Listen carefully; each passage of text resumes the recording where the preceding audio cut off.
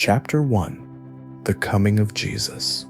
This is the family record of Jesus Christ, the son of David, the son of Abraham.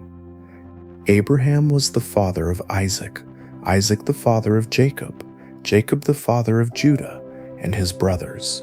Judah was the father of Perez and Zerah, whose mother was Tamar. Perez was the father of Hezron, Hezron the father of Ram, Ram the father of Amminadab, Amminadab the father of Nahshon, Nahshon the father of Salmon, Salmon the father of Boaz, whose mother was Rahab. Boaz was the father of Obed, whose mother was Ruth. Obed was the father of Jesse, and Jesse the father of King David.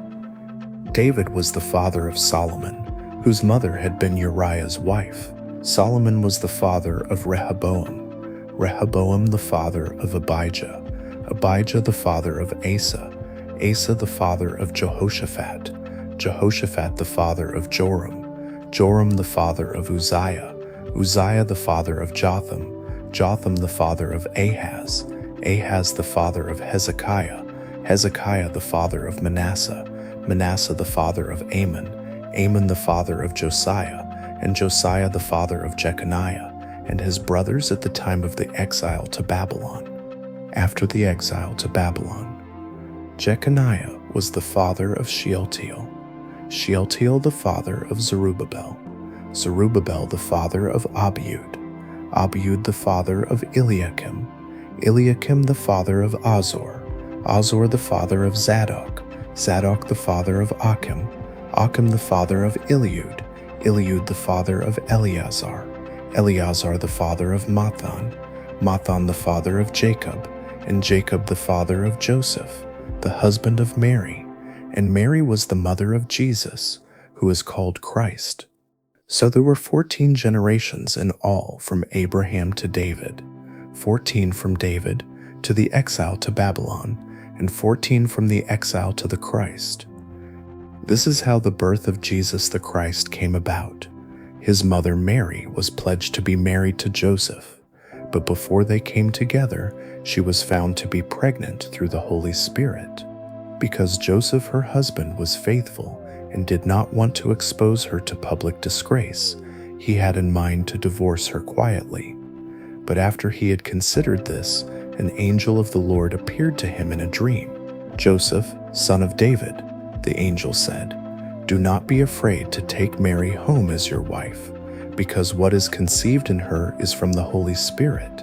She will give birth to a son, and you are to give him the name Jesus, because he will save his people from their sins." All this took place to fulfill what the Lord had said through the prophet: "The virgin will conceive and give birth to a son, and they will call him Emmanuel," which means God with us. When Joseph woke up, he did what the angel of the Lord had commanded him, and took Mary home as his wife.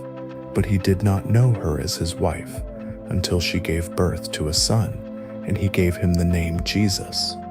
Chapter 2. The Journey of the Wise Men. After Jesus was born in Bethlehem in Judea, during the time of King Herod, a few wise men from the east came to Jerusalem and asked, "Where is the one who has been born King of the Jews? We saw his star when it rose and have come to worship him." When King Herod heard this, he was disturbed, and all Jerusalem with him. He called together all the chief priests and religious teachers of the people and asked them where the Christ was to be born. "In Bethlehem in Judea," they replied, "for this is what the prophet has written.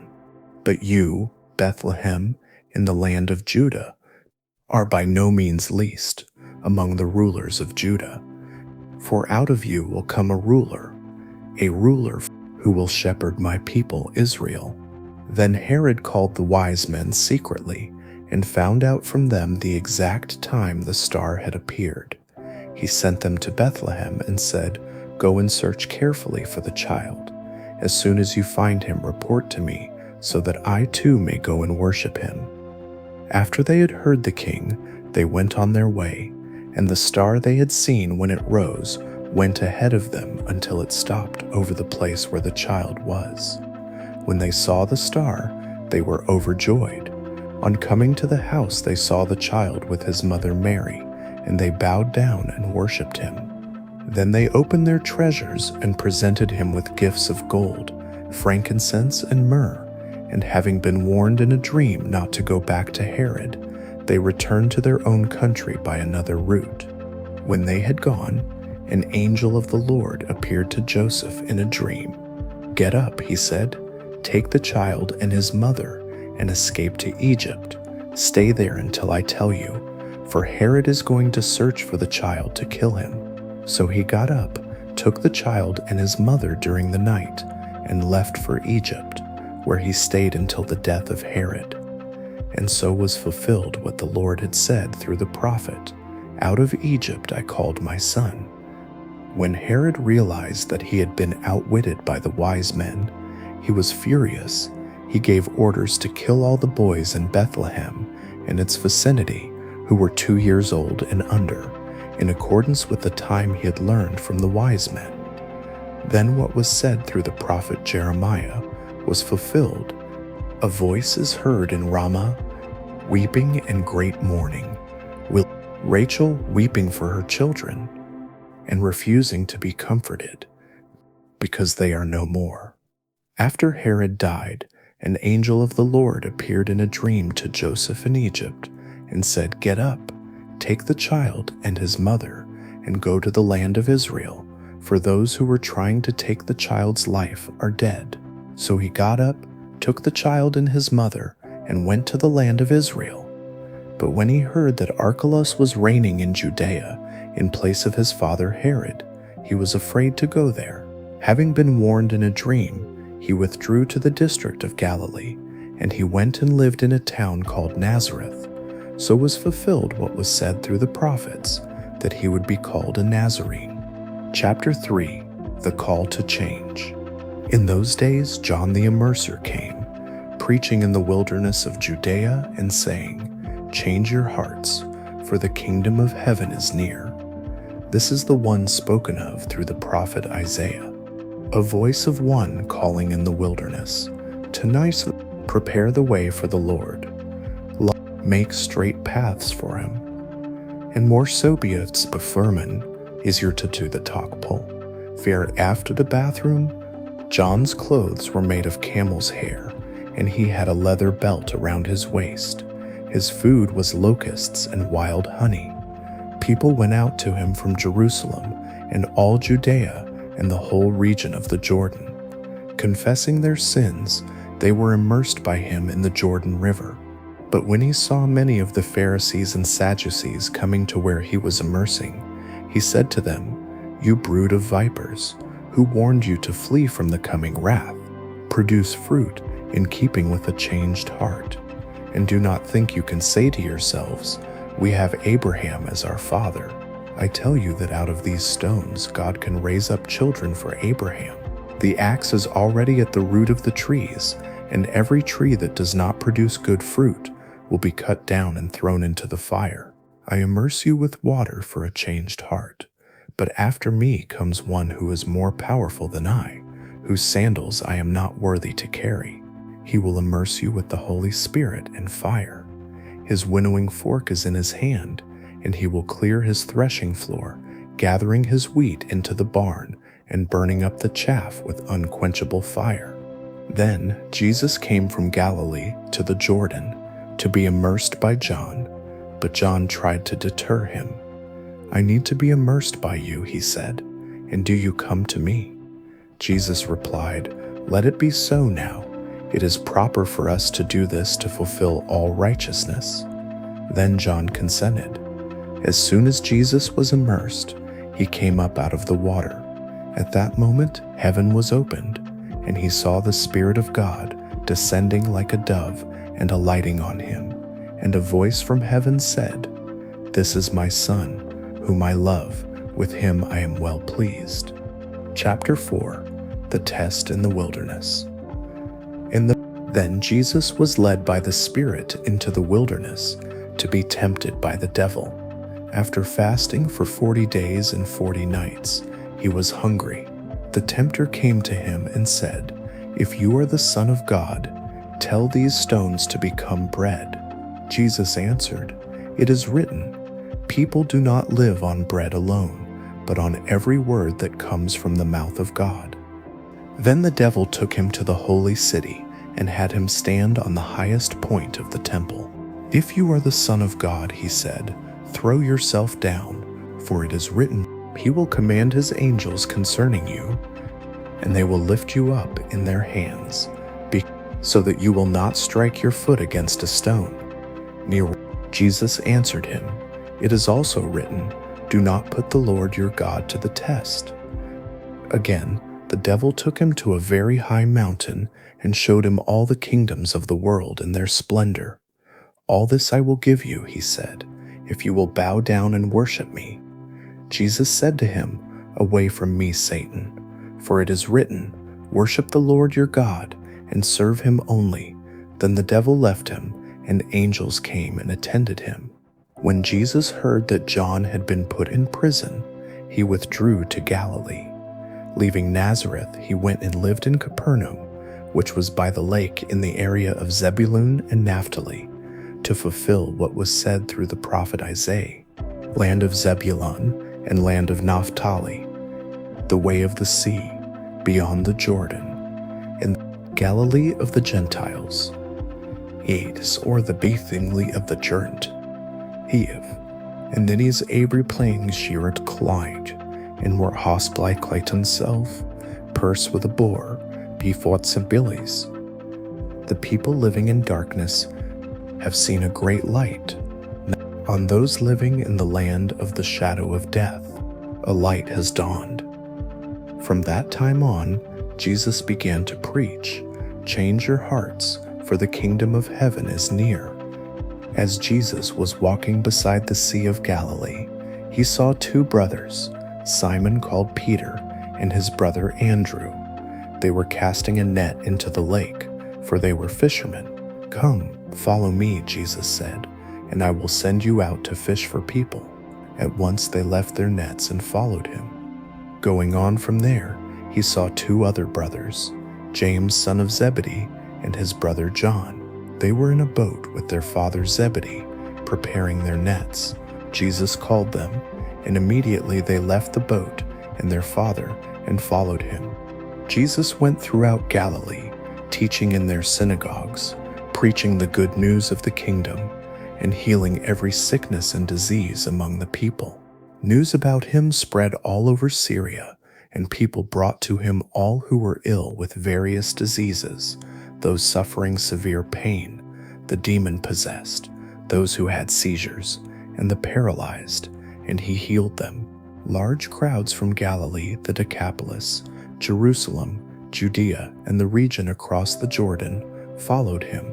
Chapter 5. The Sermon on the Mount, and the state of all the pot. Now, when Jesus saw the crowds, he went up on a mountainside and sat down. His disciples came to him, and he began to teach them, saying, "A special peace is for the poor in spirit, for theirs is the kingdom of heaven. A special peace is for those who mourn, for they will be comforted. A special peace is for the humble, for they will inherit the earth. A special peace is for those who hunger and thirst for righteousness, for they will be filled. A special peace is for the merciful, for they will be shown mercy. A special peace is for the pure in heart, for they will see God. A special peace is for the peacemakers, for they will be called children of God. A special peace is for those who are persecuted because of righteousness, for theirs is the kingdom of heaven. A special peace is for you when people insult you, persecute you, and falsely say all kinds of evil against you because of me. Rejoice and be glad, because great is your reward in heaven, for in the same way they persecuted the prophets who were before you. You are the salt of the earth. But if the salt loses its saltiness, how can it be made salty again? It is no longer good for anything, except to be thrown out and trampled underfoot. You are the light of the world. A town on a hill cannot be hidden, neither do people light a lamp and put it under a bowl. Instead, they put it on its stand, and it gives light to everyone in the house. In the same way, let your light shine before others, that they may see your good deeds and glorify your Father in heaven. Do not think that I have come to abolish the law or the prophets. I have not come to abolish them, but to fulfill them. I assure you, until heaven and earth disappear, not the smallest letter, not the least stroke of a pen, will by any means disappear from the law until everything is accomplished.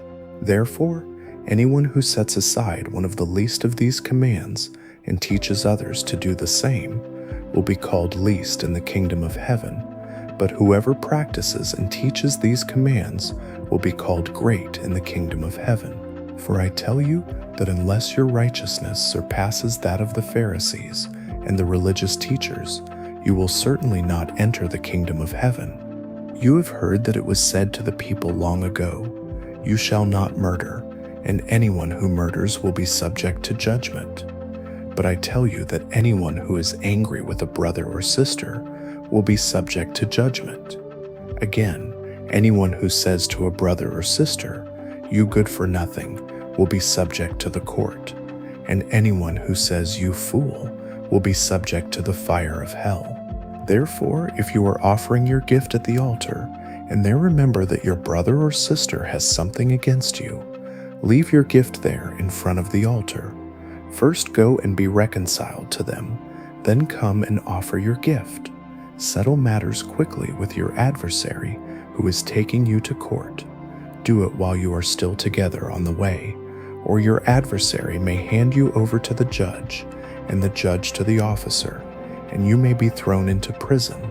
I assure you, you will not get out until you have paid the last penny. You have heard that it was said, "You shall not commit adultery." But I tell you that anyone who looks at a woman with lustful intent has already committed adultery with her in his heart. If your right eye causes you to stumble, gouge it out and throw it away. It is better for you to lose one part of your body than for your whole body to be thrown into hell. And if your right hand causes you to stumble, cut it off and throw it away. It is better for you to lose one part of your body than for your whole body to go into hell. It has been said, "Anyone who divorces his wife must give her a certificate of divorce." But I tell you that anyone who divorces his wife, except for sexual immorality, makes her the victim of adultery, and anyone who marries a divorced woman commits adultery. Again, you have heard that it was said to the people long ago, "Do not break your oath, but fulfill to the Lord the vows you have made." But I tell you, do not swear at all, either by heaven, for it is God's throne, or by the earth, for it is his footstool, or by Jerusalem, for it is the city of the great king. And do not swear by your head, for you cannot make even one hair white or black. All you need to say is simply yes or no. Anything more comes from evil. You have heard that it was said, "An eye for an eye, and a tooth for a tooth." But I tell you, do not resist an evil person. If anyone slaps you on the right cheek, turn to them the other cheek also. And if anyone wants to sue you and take your tunic, let them have your cloak as well. If anyone forces you to go 1 mile, go with them 2 miles. Give to the one who asks you, and do not turn away from the one who wants to borrow from you. You have heard that it was said, "Love your neighbor and hate your enemy." But I tell you, love your enemies and pray for those who persecute you, that you may be children of your Father in heaven. He causes his sun to rise on the evil and the good, and sends rain on the righteous and the unrighteous. If you love those who love you, what reward will you get? Are not even the tax collectors doing that? And if you greet only your own people, what are you doing more than others? Do not even pagans do that? Be perfect, therefore, as your heavenly Father is perfect. Chapter 6. A simple guide to God's grace. Be careful not to practice your righteousness in front of others to be seen by them. If you do, you will have no reward from your Father in heaven. So when you give to the needy, do not announce it with trumpets, as the hypocrites do in the synagogues and on the streets, to be honored by others. I assure you, they have received their reward in full. But when you give to the needy, do not let your left hand know what your right hand is doing, so that your giving may be in secret. Then your Father, who sees what is done in secret, will reward you. And when you pray, do not be like the hypocrites, for they love to pray standing in the synagogues and on the street corners to be seen by others. I assure you, they have received their reward in full. But when you pray, go into your room, close the door, and pray to your Father, who is unseen. Then your Father, who sees what is done in secret, will reward you. And when you pray, do not keep on babbling like pagans, for they think they will be heard because of their many words. Do not be like them, for your Father knows what you need before you ask Him. This, then, is how you should pray. Our Father in heaven, hallowed be your name. Your kingdom come. Come, your will be done, on earth as it is in heaven. Give us today our daily bread, and forgive us our debts, and as we also have forgiven our debtors. And lead us not into temptation, but deliver us from the evil one. As you ipri palm, to li ipri to once, and being one. For if you forgive other people when they sin against you, your heavenly Father will also forgive you. But if you do not forgive others their sins, your Father will not forgive your sins. When you fast, do not look somber as the hypocrites do, for they disfigure their faces to show others they are fasting. I assure you, they have received their reward in full. But when you fast, put oil on your head and wash your face, so that it will not be obvious to others that you are fasting, but only to your Father, who is unseen, and your Father, who sees what is done in secret, will reward you. Do not store up for yourselves treasures on earth, where moths and vermin destroy, and where thieves break in and steal. But store up for yourselves treasures in heaven, where moths and vermin do not destroy, and where thieves do not break in and steal. For where your treasure is, there your heart will be also. The eye is the lamp of the body. If your eyes are healthy, your whole body will be full of light. But if your eyes are unhealthy, your whole body will be full of darkness. If then the light within you is darkness, how great is that darkness? No one can serve two masters.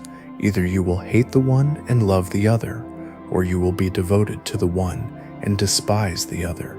You cannot serve both God and money. Therefore I tell you, do not worry about your life, what you will eat or drink, or about your body, what you will wear. Is not life more than food, and the body more than clothes? Look at the birds of the air. They do not sow or reap or store away in barns, and yet your heavenly Father feeds them. Are you not much more valuable than they? Can any one of you by worrying add a single hour to your life? And why do you worry about clothes? See how the flowers of the field grow. They do not labor or spin. Yet I tell you that not even Solomon, in all his splendor, was dressed like one of these. If that is how God clothes the grass of the field, which is here today, and tomorrow is thrown into the fire, will He not much more clothe you, you of little faith? So do not worry, saying, what shall we eat? Or what shall we drink? Or what shall we wear? For the pagans run after all these things, and your heavenly Father knows that you need them. But seek first His kingdom and His righteousness, and all these things will be given to you as well. Therefore do not worry about tomorrow, for tomorrow will worry about itself. Each day has enough trouble of its own. Chapter 7. Building on a solid foundation. Do not judge, or you too will be judged. For in the same way you judge others, you will be judged, and with the measure you use, it will be measured to you. Why do you look at the speck of sawdust in your brother's eye and pay no attention to the plank in your own eye? How can you say to your brother, 'Let me take the speck out of your eye,' when all the time there is a plank in your own eye? You hypocrite! First take the plank out of your own eye, and then you will see clearly to remove the speck from your brother's eye. Do not give dogs what is sacred. Do not throw your pearls to pigs. If you do, they may trample them under their feet and then turn and tear you to pieces. Ask, and it will be given to you. Seek, and you will find. Knock, and the door will be opened to you.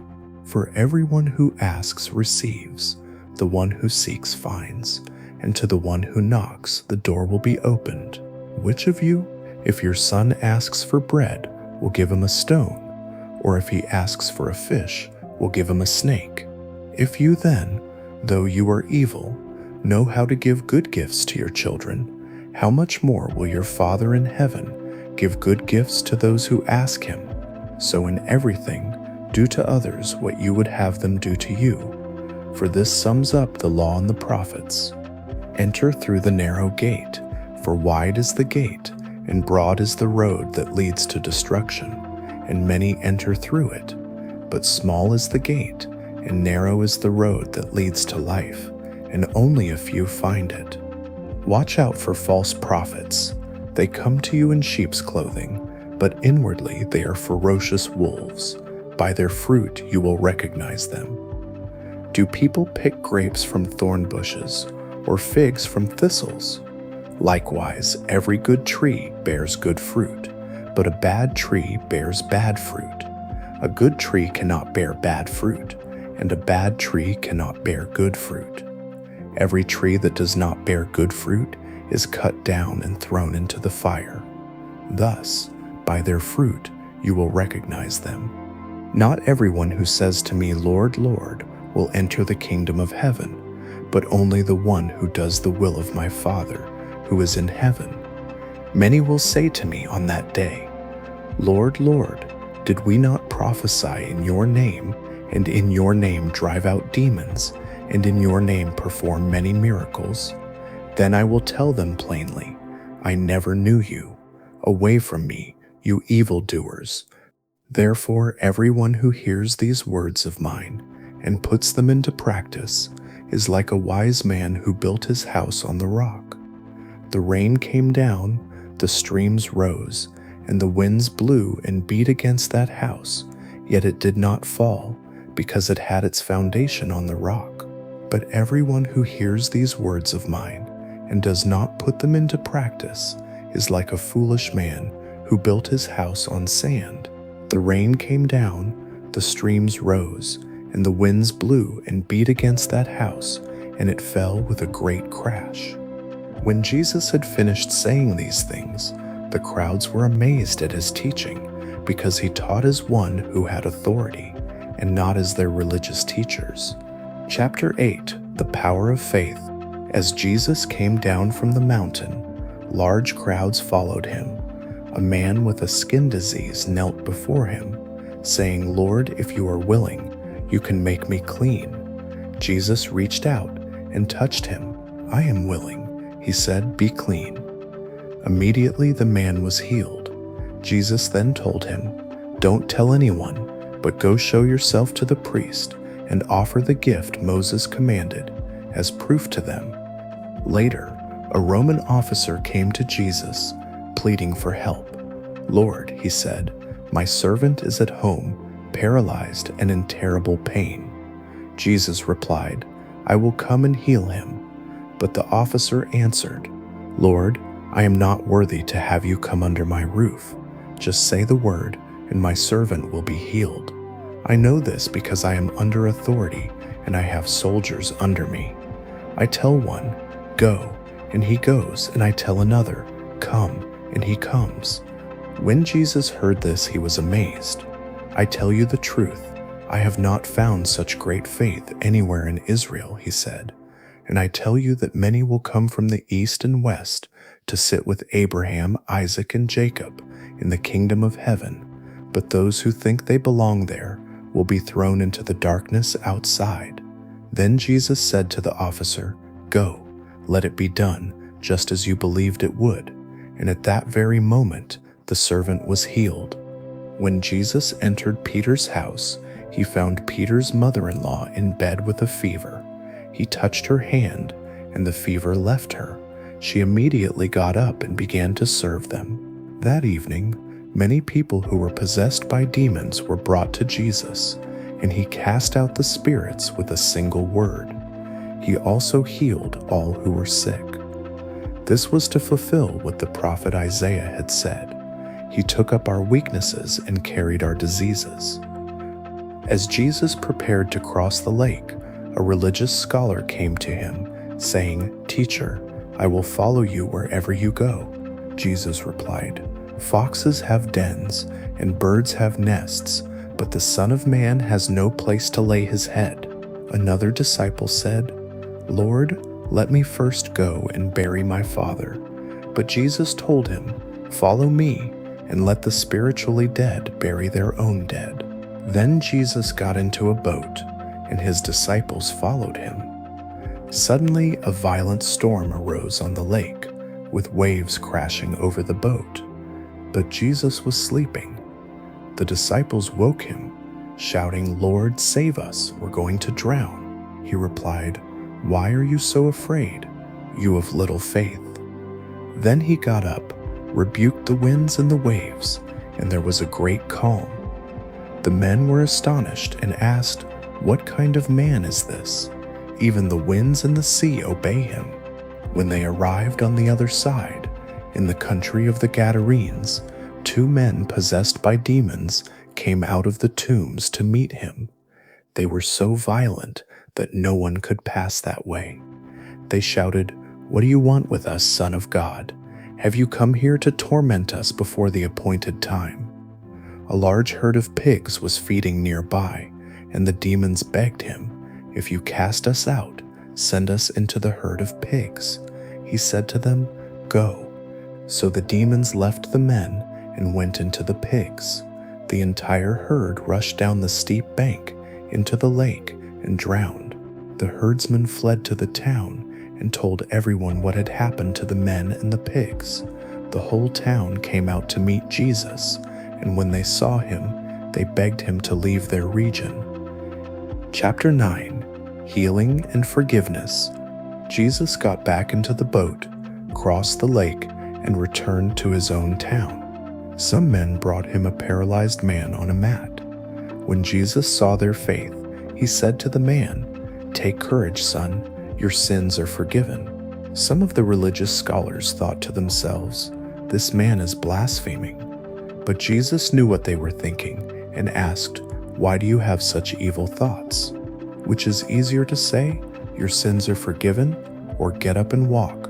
I will prove to you that the Son of Man has authority on earth to forgive sins." Then he said to the paralyzed man, "Get up, take your mat, and go home." The man got up and went home, and the crowds were amazed. They praised God for giving such authority to a man. As Jesus was leaving, he saw a tax collector named Matthew sitting at his tax booth. Jesus said to him, "Follow me," and Matthew got up and followed him. That evening, as Jesus was eating at Matthew's house, many tax collectors and other sinners came and ate with him and his disciples. When the Pharisees saw this, they asked his disciples, "Why does your teacher eat with tax collectors and sinners?" Jesus heard them and replied, "Healthy people don't need a doctor, sick people do. Now go and learn the meaning of this scripture. I want you to show mercy, not offer sacrifices. For I have come to call not those who think they are righteous, but those who know they are sinners." Then John's disciples came to him and asked, "Why do we and the Pharisees fast, but your disciples don't?" Jesus answered, "Do wedding guests mourn while the groom is with them? Of course not, but the day will come when the groom is taken away from them, and then they will fast. Besides, no one puts a patch of unshrunk cloth on an old coat, for the patch will shrink and tear away, making the hole even worse. and no one pours new wine into old wineskins. If they do, the wineskins will burst, the wine will spill, and the wineskins will be ruined. Instead, they pour new wine into new wineskins, and both are preserved." As he was saying this, a synagogue leader came and knelt before him. "My daughter has just died," he said, "but if you come and lay your hand on her, she will live." Jesus got up and followed him, along with his disciples. Just then, a woman who had suffered from a bleeding disorder for 12 years came up behind him and touched the fringe of his garment. She said to herself, "If I can just touch his clothes, I will be healed." Jesus turned around, and when he saw her, he said, "Take courage, daughter. Your faith has healed you." And she was healed from that moment on. When Jesus arrived at the synagogue leader's house, he saw the flute players and the noisy mourners. "Go away," he said. "The girl is not dead, but sleeping." The people laughed at him, but he sent them all out. Then he went in, took the girl by the hand, and she got up. The news of this miracle spread throughout the whole region. As Jesus went on, 2 blind men followed him, calling out, "Have mercy on us, Son of David." When he entered the house, they came to him, and he asked, "Do you believe that I can do this?" "Yes, Lord," they replied. Then he touched their eyes and said, "Because of your faith, it will happen." And their eyes were opened. Jesus sternly warned them, "Don't tell anyone about this." But they went out and spread the news about him all over that region. Just after they left, a man who couldn't speak and was possessed by a demon was brought to Jesus. When Jesus cast out the demon, the man began to speak. The crowds were amazed and said, "We have never seen anything like this in Israel." But the Pharisees said, "He casts out demons by the power of the prince of demons." Jesus traveled through all the towns and villages, teaching in their synagogues, preaching the good news of the kingdom, and healing every sickness and disease. When he saw the crowds, he had compassion on them because they were harassed and helpless, like sheep without a shepherd. He said to his disciples, "The harvest is plentiful, but the workers are few. Pray to the Lord of the harvest to send out more workers into his harvest field." Chapter 10, Sending Out the 12. Jesus called his 12 disciples together and gave them authority to cast out evil spirits and to heal every kind of sickness and disease. These are the names of the 12 apostles. First, Simon, also called Peter, and his brother Andrew, James and his brother John, the sons of Zebedee, Philip and Bartholomew, Thomas and Matthew the tax collector, James the son of Alphaeus and Thaddeus, Simon the Zealot, and Judas Iscariot, who later betrayed him. Jesus sent them out with these instructions: "Don't go to the Gentiles or enter any Samaritan town. Go only to the lost sheep of Israel. As you go, preach this message: the kingdom of heaven is near. Heal the sick, raise the dead, cleanse those with skin diseases, and cast out demons. Give as freely as you have received. Don't take any money, no gold, silver, or copper in your belts. Don't take a traveler's bag, extra clothes, sandals, or a walking stick, for a worker is worthy of his food. When you enter a town or village, find a worthy person and stay with them until you leave. As you enter the house, give it your blessing of peace. If the house is worthy, your peace will rest on it. If it is not, your peace will return to you. If anyone will not welcome you or listen to your message, shake the dust off your feet as you leave. I tell you the truth, it will be more bearable for Sodom and Gomorrah on the day of judgment than for that town. I am sending you out like sheep among wolves, so be as shrewd as snakes and as innocent as doves. Beware of people, for they will hand you over to their courts and whip you in their synagogues. You will be brought before governors and kings because of me, as a testimony to them and to the Gentiles. But when you are arrested, don't worry about what to say or how to say it. At that time you will be given the right words, for it will not be you speaking, but the Spirit of your Father speaking through you. Brother will betray brother to death, and a father will betray his child. Children will rebel against their parents and have them put to death. All people will hate you because you are my followers, but the one who endures to the end will be saved. When they persecute you in one town, flee to the next. I assure you, you will not finish going through all the towns of Israel before the Son of Man comes. A student is not above his teacher, nor a servant above his master. It is enough for the student to be like his teacher, and the servant like his master. If people have called the head of the house Beelzebub, how much more will they malign the members of his household? So don't be afraid of them, for everything that is hidden will be revealed, and everything that is secret will be made known. What I tell you in the dark, speak in the daylight. What you hear whispered, proclaim from the rooftops. Don't be afraid of those who can kill the body, but cannot kill the soul. Rather, be afraid of the one who can destroy both soul and body in hell. Aren't 2 sparrows sold for a penny? Yet not one of them will fall to the ground outside your Father's care. And even the hairs on your head are all counted. So don't be afraid, you are more valuable than many sparrows. Everyone who acknowledges me publicly, I will acknowledge before my Father in heaven. But everyone who denies me publicly, I will deny before my Father in heaven. Don't think that I have come to bring peace to the earth. I did not come to bring peace, but a sword. For I have come to turn a son against his father, a daughter against her mother, and a daughter-in-law against her mother-in-law. A person's enemies will be those of his own household. Whoever loves father or mother more than me is not worthy of me. Whoever loves son or daughter more than me is not worthy of me. And whoever does not take up his cross and follow me is not worthy of me. Whoever finds his life will lose it, and whoever loses his life for my sake will find it. Whoever welcomes you welcomes me, and whoever welcomes me welcomes the one who sent me. Whoever welcomes a prophet, because he is a prophet, will receive a prophet's reward. Whoever welcomes a righteous person, because he is a righteous person, will receive a righteous person's reward. And if you give even a cup of cold water to one of these little ones who is my disciple, I assure you, you will not lose your reward. Chapter 11. Doubt and Rest. Chapter 11.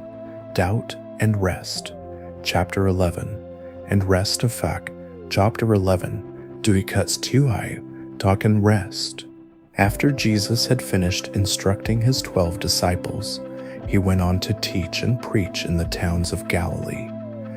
When John the Immerser, who was in prison, heard about all the things the Messiah was doing, he sent his disciples to ask Jesus, "Are you the one we should be expecting, or should we look for someone else?" Jesus answered them, "Go back to John and tell him what you have seen and heard. The blind see, the lame walk, those with skin diseases are healed, the deaf hear, the dead are raised to life, and the good news is being preached to the poor. And a special peace is for anyone who does not lose faith in me." As John's disciples were leaving, Jesus began to speak to the crowds about John. "What did you go out into the wilderness to see? A reed swaying in the wind? What did you go out to see? A man dressed in fine clothes?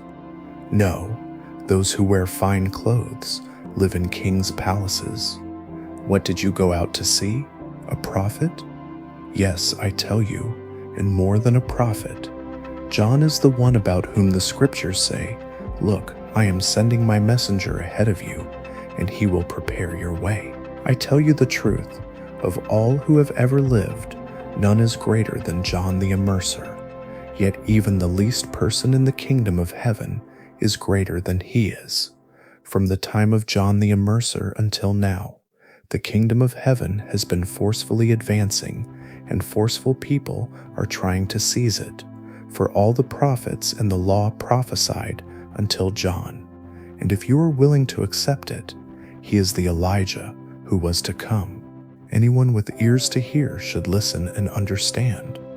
Then Jesus went on to say, "To what can I compare this generation? They are like children playing in the marketplace, calling out to each other, 'We played the flute for you, and you didn't dance.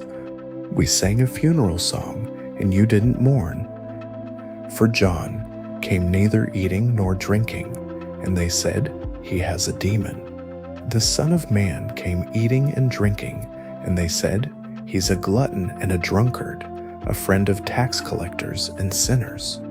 But wisdom is proved right by her actions." Then Jesus began to denounce the towns where he had performed most of his miracles, because they had not changed their hearts. "What sorrow awaits you, Chorazin and Bethsaida?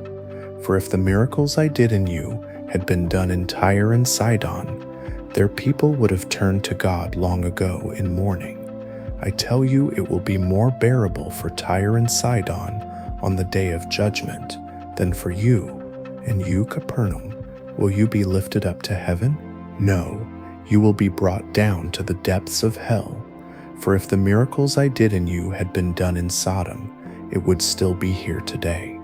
I tell you, it will be more bearable for Sodom on the day of judgment than for you."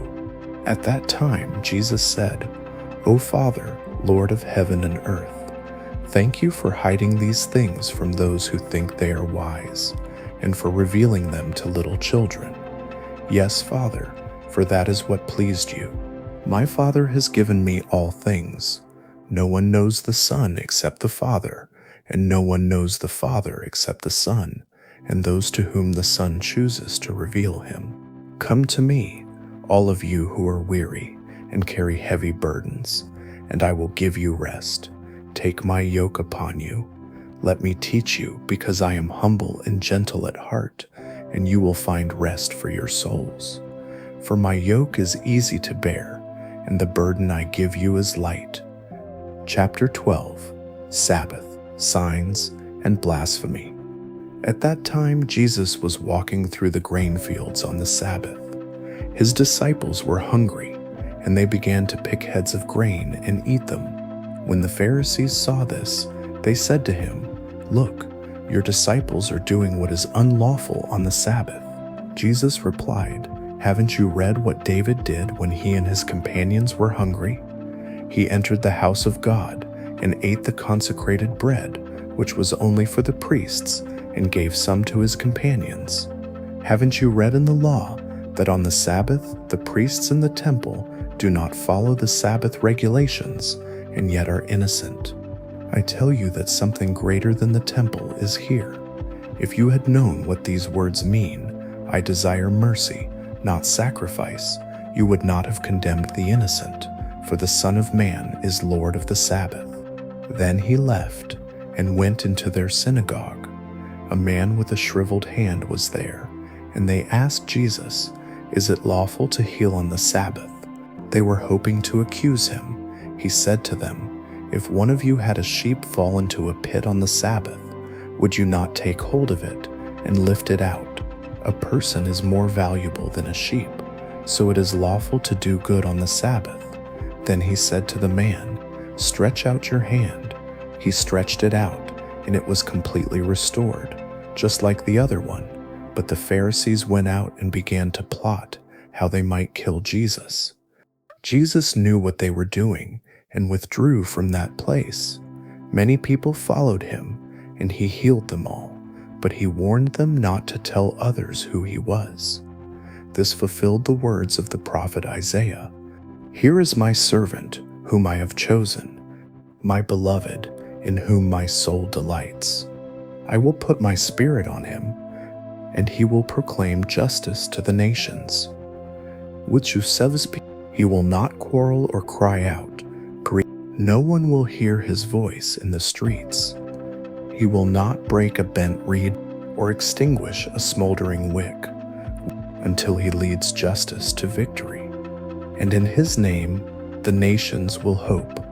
Then a demon-possessed man who was blind and could not speak was brought to Jesus. Jesus healed him so that the man could both talk and see. The crowds were all astonished and said, "Could this be the son of David?" But when the Pharisees heard this, they said, "He casts out demons only by the power of Beelzebub, the prince of demons." Jesus knew their thoughts and said to them, "Every kingdom divided against itself will be ruined, and every city or household divided against itself will not stand. If Satan casts out Satan, he is divided against himself. How then can his kingdom stand? And if I cast out demons by Beelzebub, by whom do your people cast them out? So they will be your judges. But if I cast out demons by the Spirit of God, then the kingdom of God has come upon you.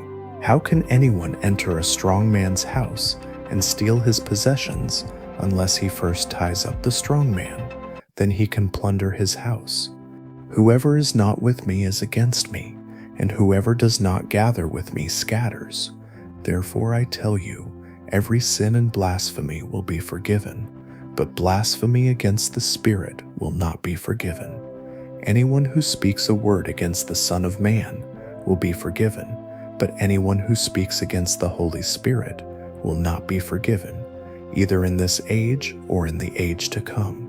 Make a tree good, and its fruit will be good, or make a tree bad, and its fruit will be bad, for a tree is known by its fruit. You brood of vipers, how can you who are evil say anything good? For the mouth speaks what the heart is full of. A good person brings good things out of the good stored up in them, and an evil person brings evil things out of the evil stored up in them. I tell you, on the day of judgment, people will have to give an account for every careless word they have spoken. For by your words you will be acquitted, and by your words you will be condemned. Then some of the Pharisees and religious scholars said to him, "Teacher, we want to see a sign from you."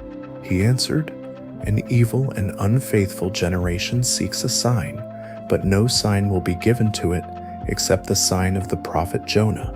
For just as Jonah was 3 days and 3 nights in the belly of the huge fish, so the Son of Man will be 3 days and 3 nights in the heart of the earth.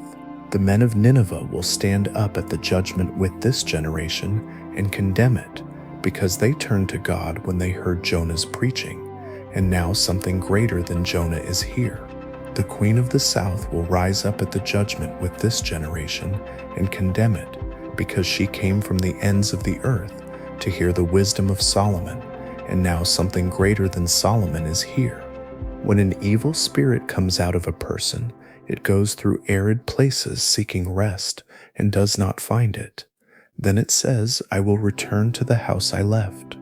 When it arrives, it finds the house unoccupied, swept clean, and put in order.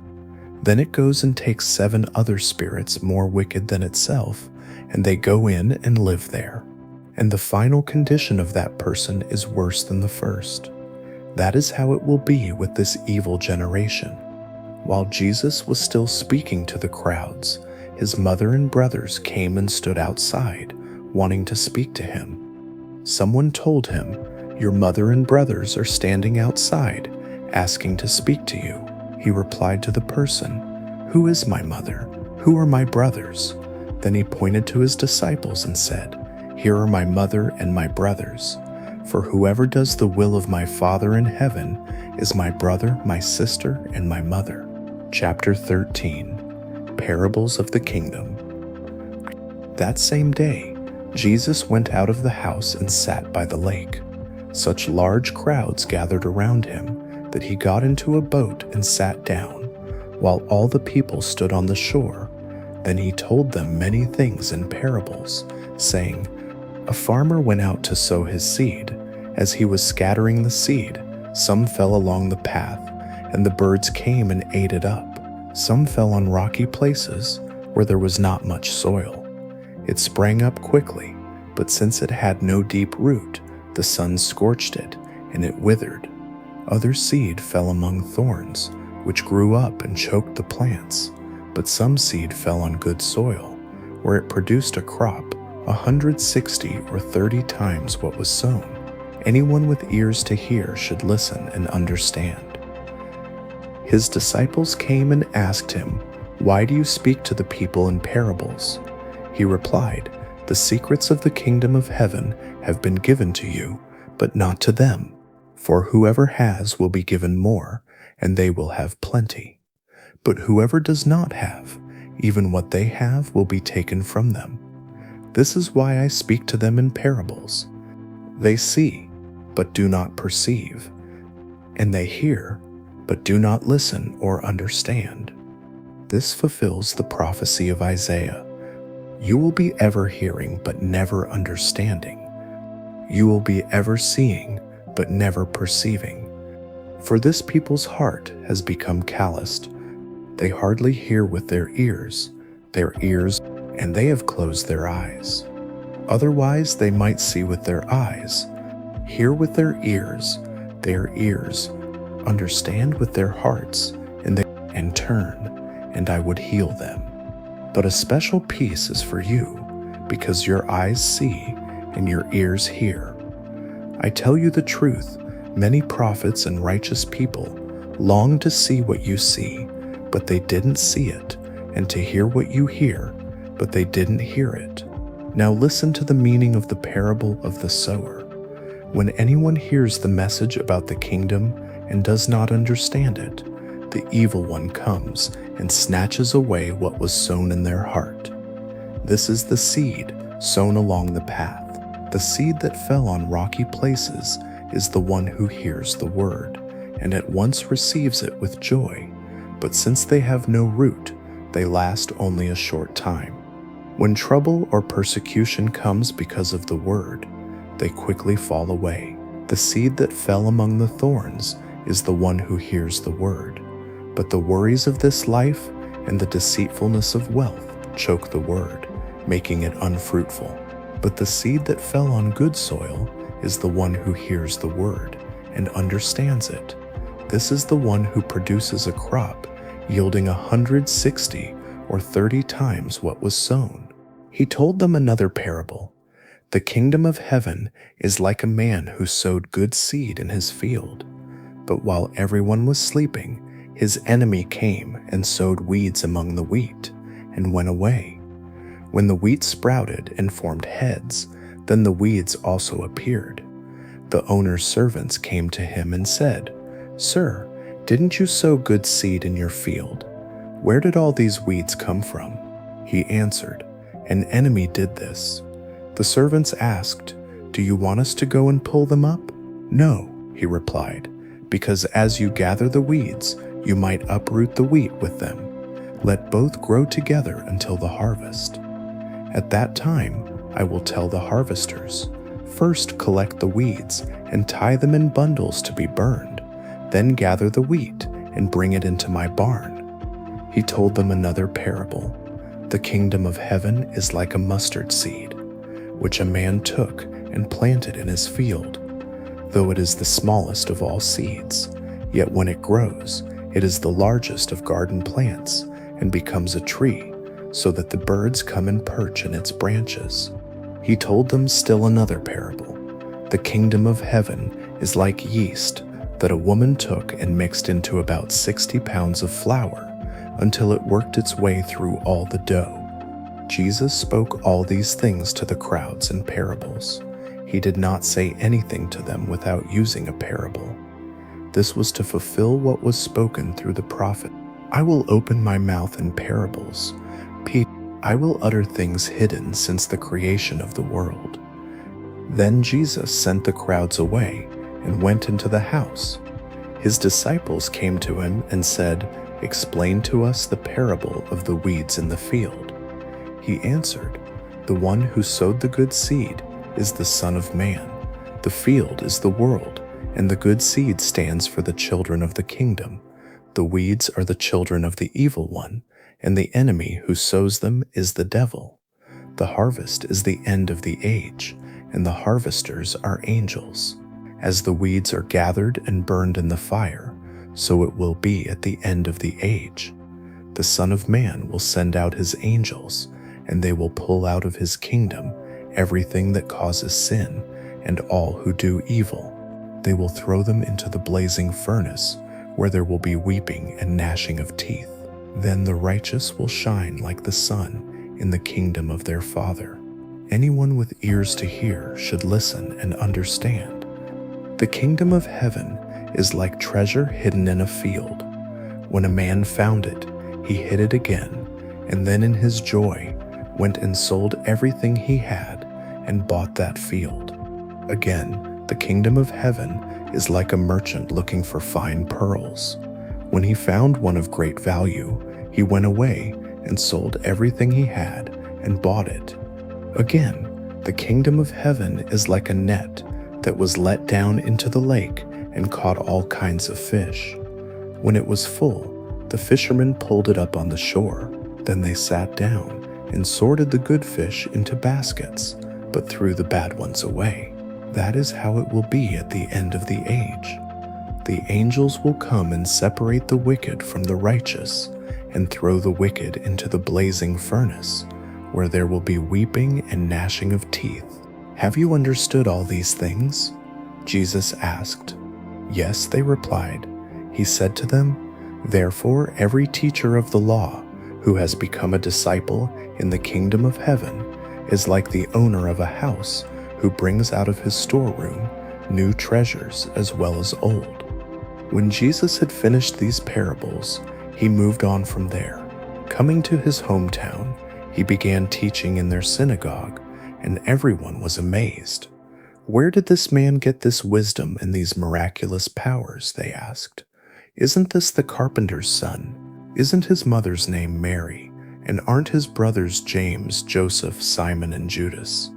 Aren't all his sisters living here with us? Where did he get all this? And they took offense at him. But Jesus said to them, A prophet is honored everywhere except in his own hometown and among his own family. And because of their lack of faith, he did not do many miracles there. Chapter 14. The Death of John and Feeding the 5,000. Pure fantasy. And at that time, Herod the ruler heard about the fame of Jesus, and he said to his attendants, This must be John the Immerser, who has been raised from the dead. That is why he can do such miraculous powers.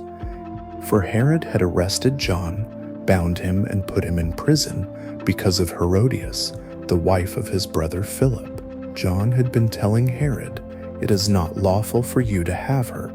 Herod wanted to kill John, but he was afraid of the people because they considered John a prophet. But on Herod's birthday, the daughter of Herodias danced for the guests and pleased Herod so much that he promised with an oath to give her whatever she asked. Prompted by her mother, she said, Give me here on a platter the head of John the Immerser.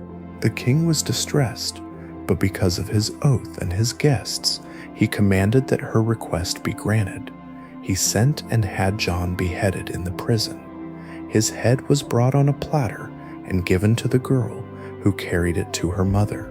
John's disciples came and took his body and buried it, and then they went and told Jesus. When Jesus heard what had happened, he withdrew by boat to a solitary place. But when the crowds heard about it, they followed him on foot from the towns. When Jesus landed and saw the large crowd, he had compassion on them and healed their sick. As evening approached, the disciples came to him and said, This is a remote place, and it's already getting late. Send the crowds away so they can go to the villages and buy themselves some food. Jesus replied, They don't need to go away. You give them something to eat. We have here only 5 loaves of bread and 2 fish, they answered. Bring them here to me, he said. Then he told the people to sit down on the grass. He took the 5 loaves and the 2 fish, looked up to heaven and gave thanks. Then he broke the loaves and gave them to the disciples, and the disciples gave them to the people. They all ate and were satisfied, and the disciples picked up 12 basketfuls of broken pieces that were left over. The number of those who ate was about 5,000 men, besides women and children. Immediately after this, Jesus made the disciples get into the boat and go on ahead of him to the other side, while he sent the crowds away. After he had sent them away, he went up on a mountainside by himself to pray. Later that night, he was there alone. Meanwhile, the boat was a considerable distance from land, buffeted by the waves because the wind was against it. Shortly before dawn, Jesus went out to them, walking on the lake. When the disciples saw him walking on the lake, they were terrified. "It's a ghost," they cried out in fear. But Jesus immediately said to them, "Take courage, it is I, don't be afraid." "Lord, if it's you," Peter replied, "tell me to come to you on the water." "Come," Jesus said. Then Peter got out of the boat, walked on the water, and came toward Jesus.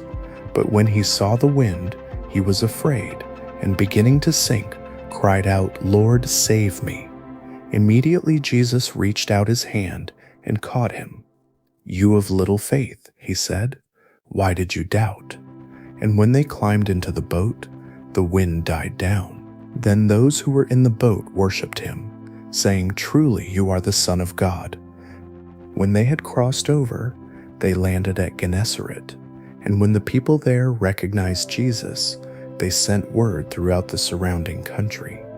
People brought all their sick to him and begged him to let them just touch the edge of his cloak, and all who touched it were healed. Chapter 15, Heart versus Tradition.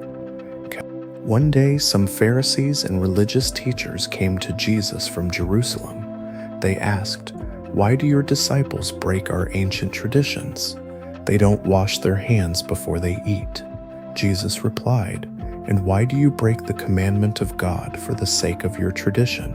For God said, 'Honor your father and your mother,' and anyone who curses their father or mother must be put to death. But you teach that a person can tell their parents, 'Whatever I would have used to help you is now a gift to God,' and by doing so, they don't have to honor their parents. In this way, you cancel the word of God by your tradition. You are hypocrites. The prophet Isaiah was right when he said, 'These people honor me with their lips, but their hearts are far from me. Their worship is a meaningless charade, for they teach human rules as God's laws.'" Then Jesus called the crowd to him. "Listen and understand," he said. "It's not what goes into your mouth that makes you unclean. It's what comes out of your mouth that makes you unclean." Later, his disciples came to him and said, "Do you know that the Pharisees were offended by what you said?" He answered, "Every plant that my heavenly Father has not planted will be pulled up by the roots. Leave them alone. They are blind guides leading the blind. If a blind person leads another blind person, both will fall into a ditch." Peter asked him, "Explain this parable to us." Jesus said, "Don't you understand yet?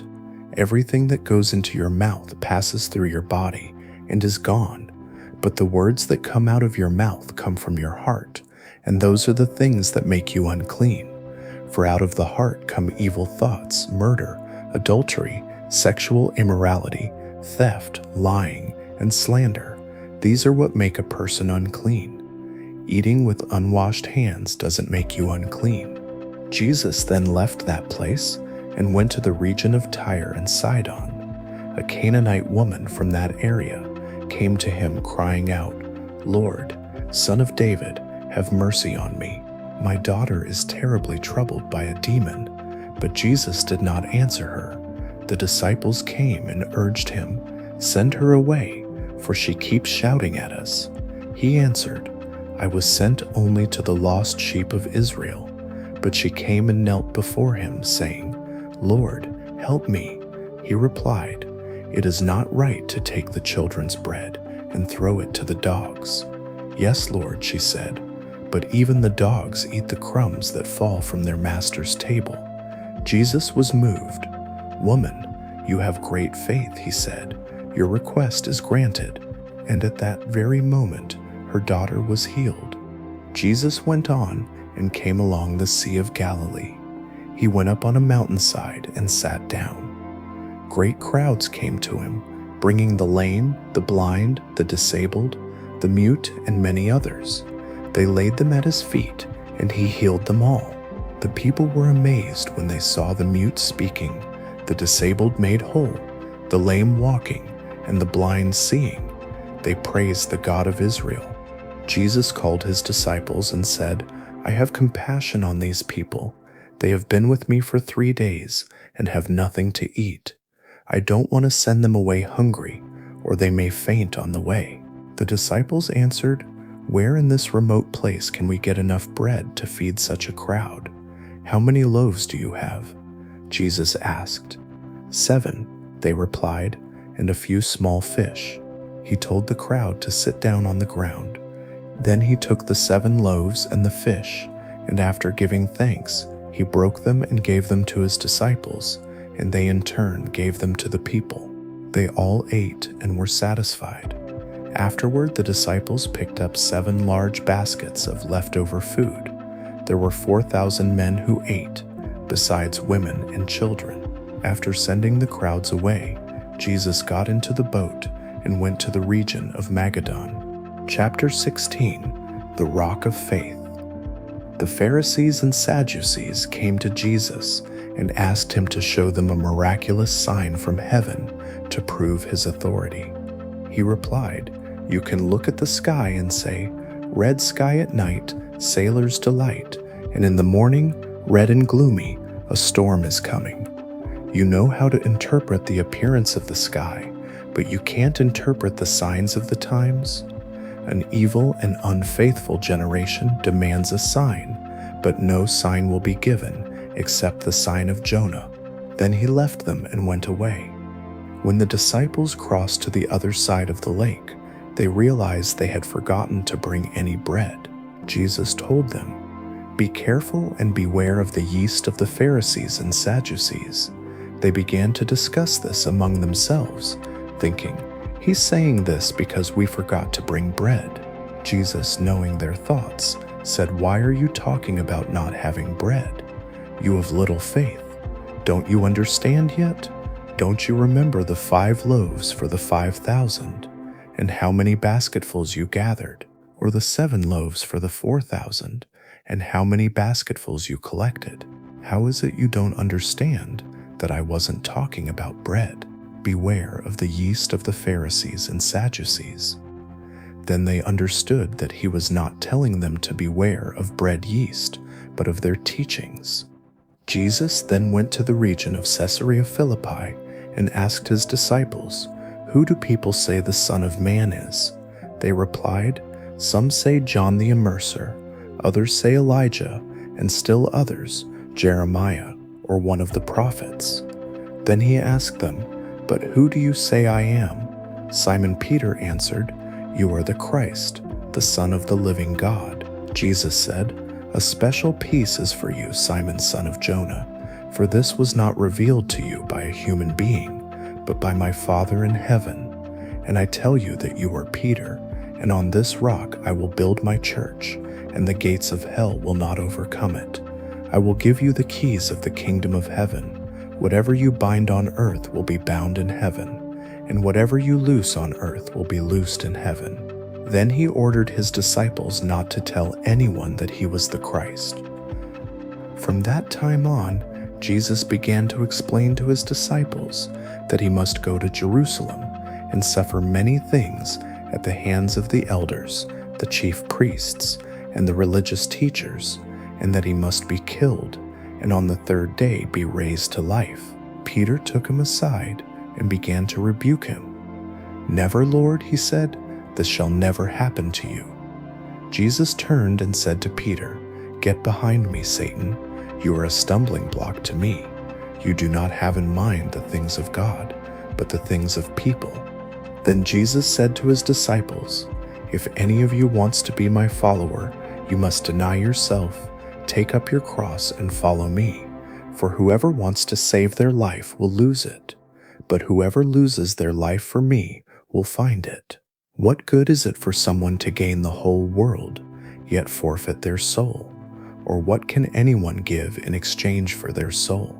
For the Son of Man is going to come in his Father's glory with his angels, and then he will reward each person according to their actions.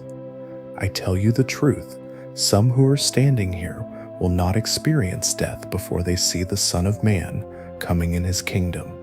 Chapter 17. A glimpse of glory. Galpap pespal, galpapal, and wellapicleanabtive, galpapal, galpapal, galpapal, and wellapicleanabtive to galpapal, galpapal, galpapal, galpapal, galpapal, galpapal, galpapal, galpapal. 6 days later, Jesus took Peter, James, and John up on a high mountain by themselves. As they watched, he was transfigured before them. His face shone like the sun, and his clothes became as white as the light. Suddenly, Moses and Elijah appeared, talking with Jesus. Peter said to Jesus, "Lord, it is good for us to be here. If you wish, I will put up 3 shelters, one for you, one for Moses, and one for Elijah." While he was still speaking, a bright cloud enveloped them, and a voice from the cloud said, "This is my Son, whom I love. With him I am well pleased. Listen to him." When the disciples heard this, they fell face down on the ground, terrified. But Jesus came and touched them. "Get up," he said. "Don't be afraid." When they looked up, they saw no one except Jesus. As they came down the mountain, Jesus told them, "Don't tell anyone what you have seen, until the Son of Man has been raised from the dead." The disciples asked him, "Why do the teachers of the law say that Elijah must come first?" Jesus replied, "Elijah does come and will restore all things. But I tell you, Elijah has already come, and people did not recognize him, but did to him whatever they wished. In the same way, the Son of Man is going to suffer at their hands." Then the disciples understood that he was talking to them about John the Immerser. When they arrived at the foot of the mountain, a man approached Jesus, kneeling down. "Lord, have mercy on my son," he said. "He has seizures and is suffering terribly. He often falls into the fire or into the water. I brought him to your disciples, but they could not heal him."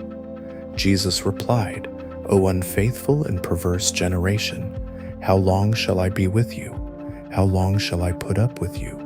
Bring the boy here to me." Jesus rebuked the demon, and it came out of the boy, and he was healed from that moment. The disciples came to Jesus in private and asked, "Why couldn't we drive it out?" He replied, "Because you have so little faith. I tell you the truth, if you have faith as small as a mustard seed, you can say to this mountain, 'Move from here to there,' and it will move. Nothing will be impossible for you." When they came together in Galilee, Jesus said to them, "The Son of Man is going to be delivered into the hands of people. They will kill him, and on the 3rd day he will be raised to life." The disciples were filled with grief.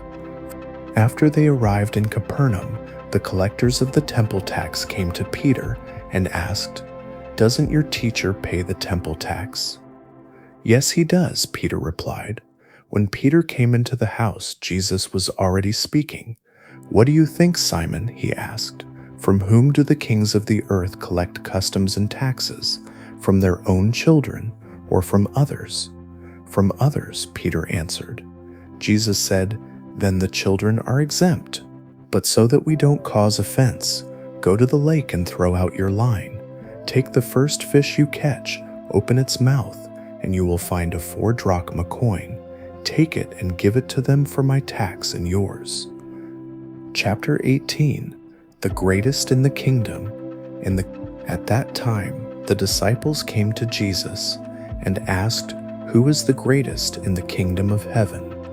He called a little child and had the child stand among them. "I assure you," he said, "unless you change and become like little children, you will never enter the kingdom of heaven. Therefore, whoever humbles himself like this child is the greatest in the kingdom of heaven. and whoever welcomes a little child like this in my name welcomes me. If anyone causes one of these little ones who believe in me to stumble, it would be better for them to have a large millstone hung around their neck and be drowned in the depths of the sea.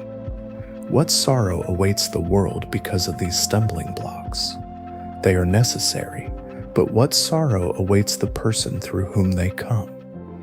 If your hand or your foot causes you to stumble, cut it off and throw it away. It is better for you to enter life crippled or lame than to have 2 hands or 2 feet and be thrown into the eternal fire. And if your eye causes you to stumble, gouge it out and throw it away. It is better for you to enter life with 1 eye than to have 2 eyes and be thrown into the fire of hell. See that you don't look down on one of these little ones. I tell you that their angels in heaven always see the face of my Father. What do you think? If a man owns 100 sheep and one of them wanders away, will he not leave the 99 on the hills and go to look for the one that wandered off? And if he finds it, I assure you, he is happier about that one sheep than about the 99 that did not wander off. In the same way, your Father in heaven is not willing that any of these little ones should be lost. If a brother or sister sins against you, go and point out their fault just between the 2 of you. If they listen to you, you have won them over. But if they will not listen, take 1 or 2 others along, so that every matter may be established by the testimony of 2 or 3 witnesses. If they still refuse to listen, tell it to the church, and if they refuse to listen even to the church, treat them as you would a pagan or a tax collector. I tell you the truth, whatever you bind on earth will be bound in heaven, and whatever you loose on earth will be loosed in heaven. Again, I assure you that if 2 of you on earth agree about anything you ask for, it will be done for you by my Father in heaven. For where 2 or 3 are gathered in my name, there I am with them. Then Peter came to Jesus and asked, Lord, how many times shall I forgive my brother or sister who sins against me? Up to 7 times? Jesus answered, I tell you, not 7 times, but 77 times. The kingdom of heaven is like a king who wanted to settle accounts with his servants. As he began to do so, a man who owed him 10,000 bags of gold was brought to him. Since he was unable to pay, the master ordered that he and his family and all that he had be sold to repay the debt. The servant fell on his knees and begged him, Be patient with me, and I will pay back everything. The master felt compassion for him, canceled the debt, and let him go. But when that same servant went out, he found one of his fellow servants who owed him 100 silver coins. He grabbed him and began to choke him. Pay back what you owe me, he demanded. His fellow servant fell to his knees and pleaded, Be patient with me, and I will pay it back. But he refused. Instead, he went and had the man thrown into prison until he could pay the debt. When the other servants saw what had happened, they were very distressed. They went and told their master everything that had happened. Then the master called the servant in. You wicked servant, he said, I canceled all that debt because you begged me to. Shouldn't you have had mercy on your fellow servant, just as I had on you? In anger, his master handed him over to the jailers to be tortured until he could pay back everything he owed. This is how my heavenly Father will treat each of you, unless you forgive your brother or sister from your heart. Chapter 19, The Way to Life. When Jesus had finished saying these things, he left Galilee and went into the region of Judea on the other side of the Jordan. Large crowds followed him, and he healed them there. Some Pharisees came to him to test him. They asked, Is it lawful for a man to divorce his wife for any and every reason? Haven't you read, he replied, that at the beginning the Creator made them male and female, and said for this reason a man will leave his father and mother and be united to his wife, and the 2 will become one flesh. So they are no longer 2, but one. Therefore, what God has joined together, no one should separate." They asked him, "Then why did Moses command that a man give his wife a certificate of divorce and send her away?" Jesus replied, "Moses permitted you to divorce your wives because your hearts were hard. But it was not this way from the beginning. I tell you that anyone who divorces his wife, except for sexual immorality, and marries another woman, commits adultery." The disciples said to him, "If this is the situation between a husband and wife, it is better not to marry." Jesus replied, "Not everyone can accept this teaching, but only those to whom it has been given. For there are those who were born unable to marry, and those who were made that way by others, and those who have chosen not to marry for the sake of the kingdom of heaven. The one who can accept this should accept it." Then people brought little children to Jesus for him to place his hands on them and pray for them, but the disciples rebuked them. Jesus said, "Let the little children come to me, and do not hinder them, for the kingdom of heaven belongs to such as these." When he had placed his hands on them, he went on from there. A man came to Jesus and asked, "Teacher, what good thing must I do to get eternal life?" "Why do you ask me about what is good?" Jesus replied, "There is only one who is good. If you want to enter life, keep the commandments." "Which ones?" he asked. Jesus answered, "You shall not murder, you shall not commit adultery, you shall not steal, you shall not bear false witness, honor your father and mother, and love your neighbor as yourself." The young man said, "I have kept all these. What else do I still lack?" Jesus answered, "If you want to be perfect, go, sell your possessions and give to the poor, and you will have treasure in heaven. Then come, follow me."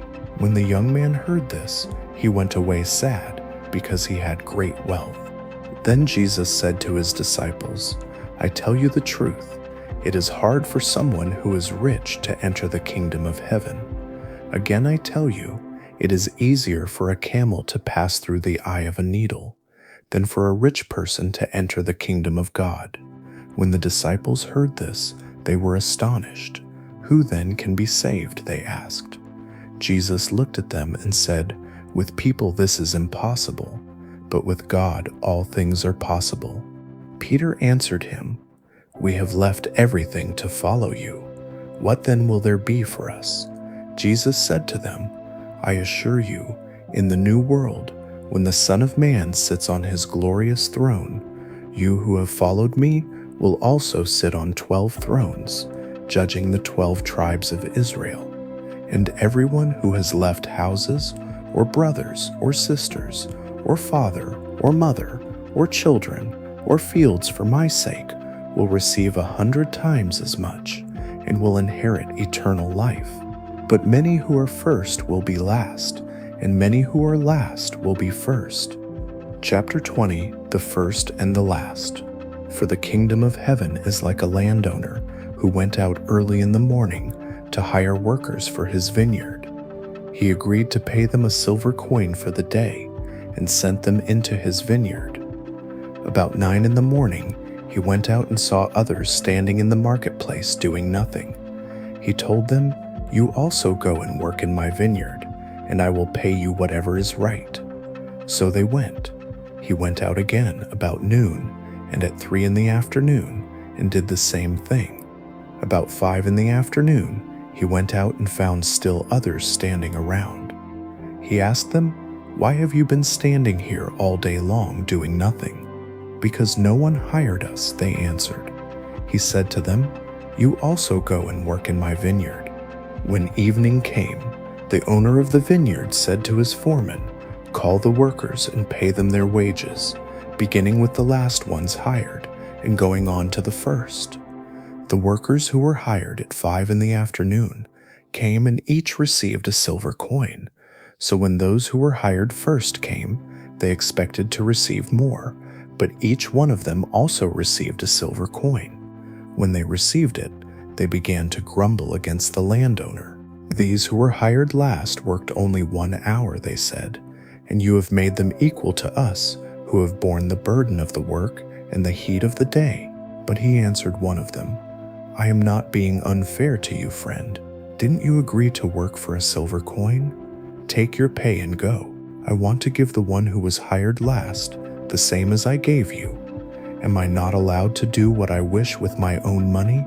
Or are you envious because I am generous? So the last will be first, and the first will be last." Now, as Jesus was going up to Jerusalem, he took the 12 disciples aside and said to them, "We are now going up to Jerusalem. The Son of Man will be delivered over to the chief priests and the religious teachers. They will condemn him to death and will hand him over to the Gentiles to be mocked, flogged, and crucified. On the third day, he will be raised to life." Then the mother of James and John, the sons of Zebedee, came to Jesus with her sons, and kneeling down, she made a request. "Grant that one of my 2 sons may sit at your right, and the other at your left in your kingdom," she said. Jesus replied, "You don't know what you are asking. Can you drink the cup I am about to drink?" "We can," they answered. Jesus said to them, "You will indeed drink from my cup, but to sit at my right or left is not for me to grant. These places belong to those for whom they have been prepared by my Father." When the 10 other disciples heard this, they were indignant with the 2 brothers. Jesus called them together and said, "You know that the rulers of the Gentiles lord it over their people, and their high officials exercise authority over them. Not so with you. Instead, whoever wants to become great among you must be your servant, and whoever wants to be first must be your slave, just as the Son of Man did not come to be served, but to serve, and to give his life as a ransom for many." As Jesus and his disciples were leaving Jericho, a large crowd followed him. 2 blind men were sitting by the roadside, and when they heard that Jesus was passing by, they shouted, "Lord, Son of David, have mercy on us." The crowd rebuked them and told them to be quiet, but they shouted even louder, "Lord, Son of David, have mercy on us." Jesus stopped and called them. "What do you want me to do for you?" he asked. "Lord," they said, "we want to see." Jesus had compassion on them and touched their eyes. Immediately they received their sight and followed him. Chapter 21. A King of Peace. As they approached Jerusalem and came to Bethphage on the Mount of Olives, Jesus sent 2 disciples ahead. "Go to the village ahead of you," he said, "and at once you will find a donkey tied there, with her colt by her. Untie them and bring them to me. If anyone says anything to you, tell them that the Lord needs them, and he will send them right away." This happened to fulfill the prophecy. "Say to daughter Zion, look, your king comes to you, for gentle and riding on a donkey, and on a colt, the foal of a donkey." The disciples went and did as Jesus had instructed them. They brought the donkey and the colt and placed their cloaks on them for Jesus to sit on. A very large crowd spread their cloaks on the road, while others cut branches from the trees and spread them on the road. The crowds that went ahead of him and those that followed shouted, "Hosanna to the Son of David! A special peace is for him who comes in the name of the Lord. Hosanna in the highest heaven." When Jesus entered Jerusalem, the whole city was stirred and asked, "Who is this?" The crowds answered, "This is Jesus, the prophet from Nazareth in Galilee." Jesus went into the temple courts and drove out all who were buying and selling there. He overturned the tables of the money changers and the benches of those selling doves. "It is written," he said to them, "My house will be called a house of prayer, but you have made it a den of thieves." The blind and the lame came to him at the temple, and he healed them.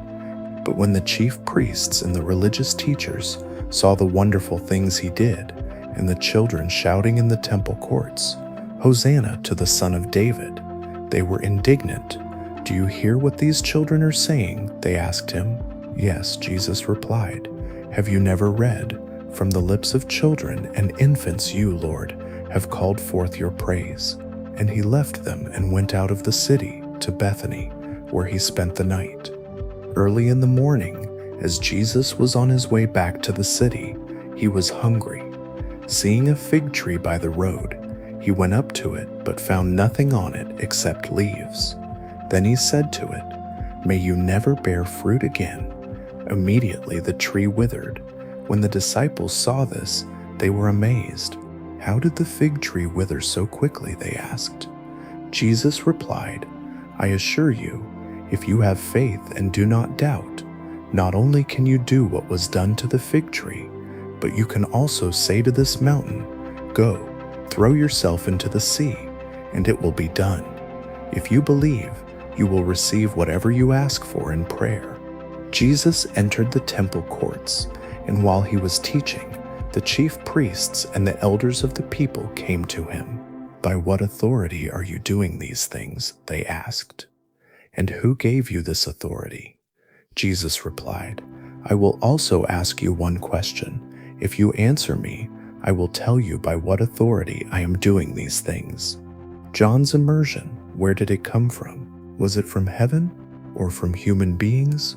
They discussed it among themselves and said, "If we say, 'From heaven,' he will ask, 'Then why didn't you believe him?' But if we say, 'From human beings,' we are afraid of the people, for they all hold that John was a prophet." So they answered, "We don't know." Then he said, "Neither will I tell you by what authority I am doing these things. What do you think? A man had 2 sons. He went to the first and said, 'Son, go and work today in the vineyard.' 'I will not,' he answered. But later he changed his mind and went. Then the father went to the other son and said the same thing. 'I will, sir,' he answered. But he did not go. Which of the 2 did what their father wanted?" "The first," they replied. Jesus said to them, "I tell you the truth. The tax collectors and the prostitutes are entering the kingdom of God ahead of you. For John came to you to show you the way of righteousness, and you did not believe him, but the tax collectors and the prostitutes did. And even after you saw this, you did not change your minds and believe him." Chapter 22, The King's Invitation. Jesus again spoke to them in parables. "The kingdom of heaven is like a king who prepared a wedding feast for his son. He sent his servants to invite those he had invited to the feast, but they refused to come. So he sent other servants, telling them, 'Tell those who have been invited that I have prepared my banquet. My oxen and fattened cattle have been killed, and everything is ready. Come to the wedding feast.' But they made light of it and went their ways, one to his farm, another to his business. The rest grabbed his servants, mistreated them, and killed them. The king was furious. He sent his army to destroy those murderers and burn their city.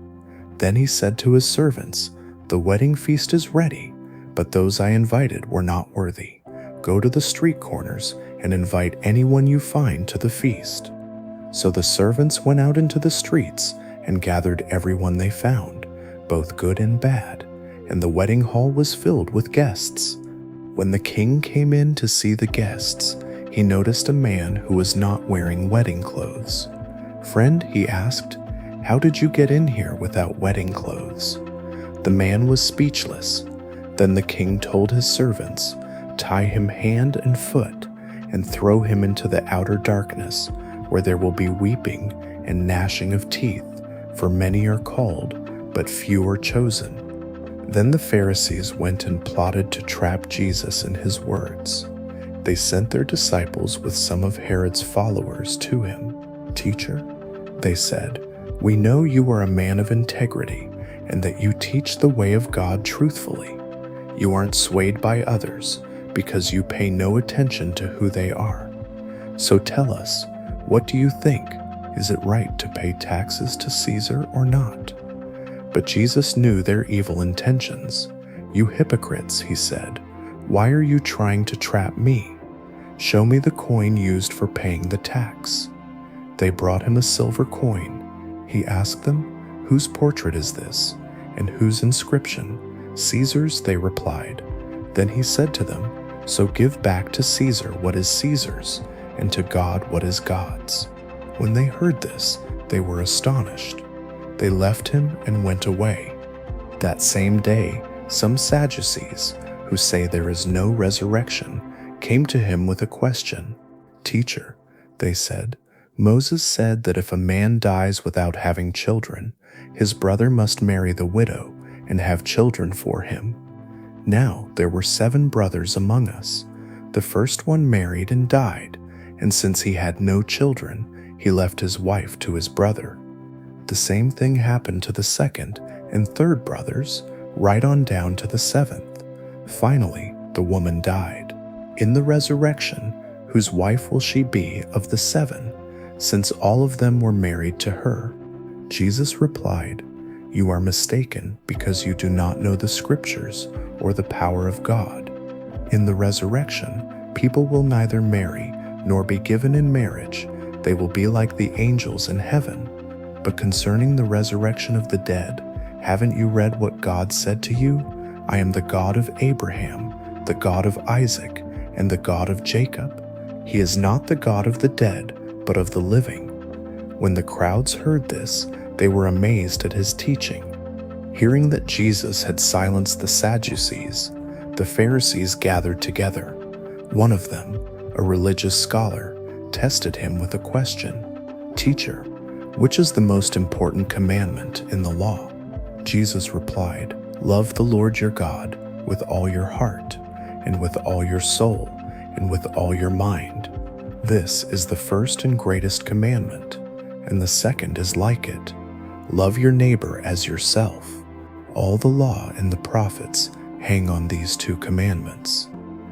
While the Pharisees were still gathered, Jesus asked them, "What do you think about the Christ? Whose son is he?" "The son of David," they replied. He said to them, "How is it then that David, speaking by the Spirit, calls him Lord? He said, 'The Lord said to my Lord, sit at my right hand, until I put your enemies under your feet.' If then David calls him Lord, how can he be his son?" No one could answer him, and from that day on, no one dared to ask him any more questions. Chapter 23. The Voice of Compassion. Then Jesus said to the crowds and to his disciples, "The teachers of the law and the Pharisees sit in Moses' seat, so you must be careful to do everything they tell you. But do not do what they do, for they do not practice what they preach. They tie up heavy, cumbersome loads and put them on other people's shoulders, but they themselves are not willing to lift a finger to move them. Everything they do is for people to see. They wear wide prayer boxes on their foreheads and long fringes on their garments. They love the place of honor at feasts and the most important seats in the synagogues, and they love to be greeted with respect in the marketplaces and to be called Rabbi. But you are not to be called Rabbi, for you have one teacher, and you are all brothers. And do not call anyone on earth Father, for you have one Father, and he is in heaven.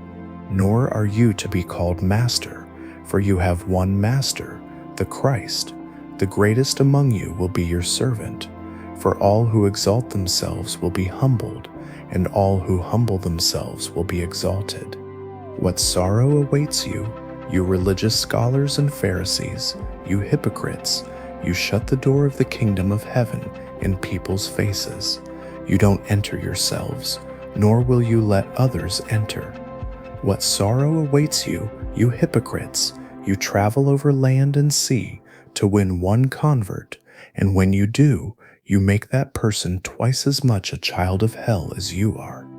What sorrow awaits you, you blind guides! You say, if anyone swears by the temple, it means nothing, but if anyone swears by the gold of the temple, he is bound by his oath. You blind fools! Which is greater, the gold or the temple that makes the gold holy? And you say, if anyone swears by the altar, it means nothing, But if anyone swears by the gift on the altar, he is bound by his oath. You blind men, which is greater, the gift or the altar that makes the gift holy? Therefore, anyone who swears by the altar swears by it and by everything on it, and anyone who swears by the temple swears by it and by the one who dwells in it, and anyone who swears by heaven swears by God's throne and by the one who sits on it. What sorrow awaits you, you hypocrites! You give 1/10 of your spices, mint, dill, and cumin, but you have neglected the more important matters of the law: justice, mercy, and faithfulness. You should have practiced the latter without neglecting the former. You blind guides, you strain out a gnat, but swallow a camel. What sorrow awaits you, you hypocrites! You clean the outside of the cup and plate, but inside they are full of greed and selfishness. You blind Pharisee, first clean the inside of the cup and plate, and then the outside will also be clean. What sorrow awaits you, you hypocrites! You are like whitewashed tombs, beautiful on the outside but full of dead men's bones, and everything unclean on the inside. In the same way, on the outside you appear to be righteous, but on the inside you are full of hypocrisy and wickedness. What sorrow awaits you, you hypocrites! You build tombs for the prophets and decorate the graves of the righteous. And you say, if we had lived in the days of our ancestors, we would not have joined them in killing the prophets. So you testify against yourselves that you are the descendants of those who murdered the prophets. Go on then and finish what your ancestors started. You snakes, you brood of vipers, how will you escape being condemned to hell? Therefore I am sending you prophets and wise men and teachers. Some of them you will kill and crucify, others you will flog in your synagogues and pursue from town to town. And so upon you will come all the righteous blood that has been shed on earth, from the blood of righteous Abel to the blood of Zechariah. I assure you, all this will come on this generation. O Jerusalem, Jerusalem, you who kill the prophets and stone those sent to you, how often I have longed to gather your children together, as a hen gathers her chicks under her wings, but you were not willing. Look, your house is left to you desolate, for I tell you, you will not see me again until you say, a special peace is for him who comes in the name of the Lord. Chapter 24, A Time of Waiting. A time of waiting, because Jesus left the temple and was walking away when his disciples came up to him to point out its buildings. Do you see all these things? He asked. I assure you, not one stone here will be left on another. Every one will be thrown down. As Jesus was sitting on the Mount of Olives, the disciples came to him privately. Tell us, they said, when will this happen, and what will be the sign of your coming and of the end of the age? Jesus replied, Be careful that no one deceives you, for many will come in my name claiming, I am the Christ, and will deceive many. You will hear of wars and rumors of wars, but see to it that you are not alarmed. Such things must happen, but the end is still to come. Nation will rise against nation, and kingdom against kingdom. There will be famines and earthquakes in various places. All these are the beginning of birth pains. Then you will be handed over to be persecuted and put to death, and you will be hated by all nations because of me. At that time, many will turn away from the faith and will betray and hate each other. Many false prophets will appear and deceive many people. Because of the increase of wickedness, the love of most will grow cold. But the one who stands firm to the end will be saved. And this gospel of the kingdom will be preached in the whole world as a testimony to all nations, and then the end will come. So when you see the abomination that causes desolation spoken of through the prophet Daniel standing in the holy place, let the reader understand. Then let those who are in Judea flee to the mountains. Let no one on the housetop go down to take anything out of the house. Let no one in the field go back to get their cloak. How dreadful it will be in those days for pregnant women and nursing mothers. Pray that your flight will not take place in winter or on the Sabbath, for then there will be great distress, unequaled from the beginning of the world until now, and never to be equaled again. If those days had not been cut short, no one would survive, but for the sake of the chosen ones, those days will be shortened. At that time, if anyone says to you, "Look, here is the Christ," or "There he is," do not believe it, for false Christs and false prophets will appear and perform great signs and wonders to deceive, if possible, even the chosen ones. See, I have told you ahead of time, so if anyone tells you, "He is out in the wilderness," do not go out, or "He is in the inner rooms," do not believe it. For as lightning that comes from the east is visible, even in the west, so will be the coming of the Son of Man. Wherever there is a carcass, there the vultures will gather. Immediately after the distress of those days, the sun will be darkened, and the moon will not give its light. The stars will fall from the sky, and the heavenly bodies will be shaken. Then will appear the sign of the Son of Man in heaven. All the nations of the earth will mourn, and they will see the Son of Man coming on the clouds of heaven with power and great glory. And he will send his angels with a loud trumpet call, and they will gather his chosen ones from the four winds, from one end of the heavens to the other. Now learn this lesson from the fig tree. As soon as its twigs get tender and its leaves come out, you know that summer is near. Even so, when you see all these things, you will know that the time is near, right at the door. I assure you, this generation will not pass away until all these things have happened. Heaven and earth will pass away, but my words will never pass away. But about that day or hour no one knows, not even the angels in heaven, nor the Son, but only the Father. As it was in the days of Noah, so it will be at the coming of the Son of Man. For in the days before the flood, people were eating and drinking, marrying and giving in marriage, until the day Noah entered the ark. They knew nothing about what would happen until the flood came and took them all away. That is how it will be at the coming of the Son of Man. 2 men will be in the field, one will be taken and the other left. 2 women will be grinding at the handmill, one will be taken and the other left. Therefore, keep watch, because you do not know on what day your Lord will come. But understand this, if the owner of the house had known at what time of night the thief was coming, he would have kept watch and would not have let his house be broken into.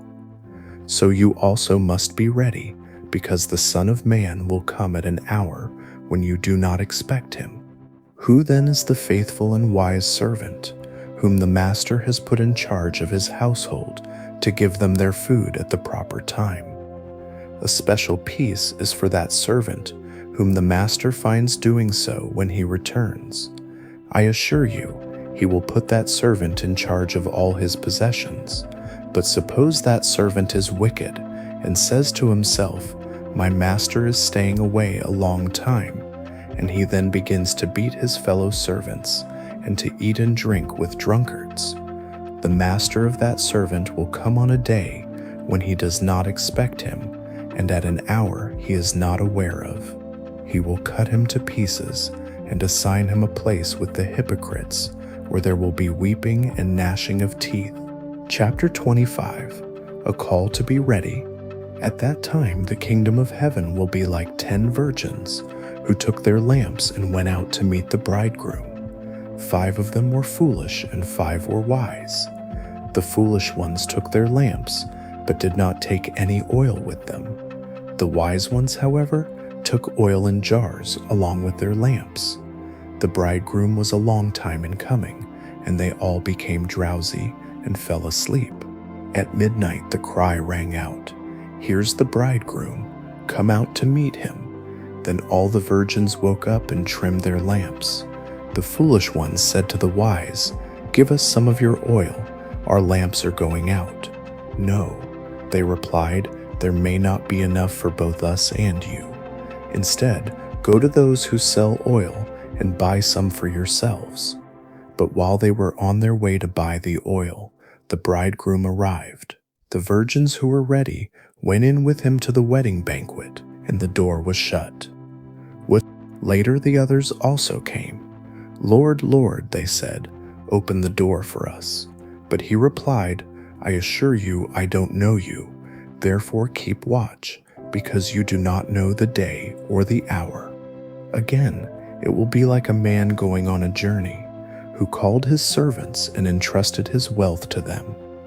To one he gave 5 bags of gold, to another 2 bags, and to another 1 bag, each according to his ability.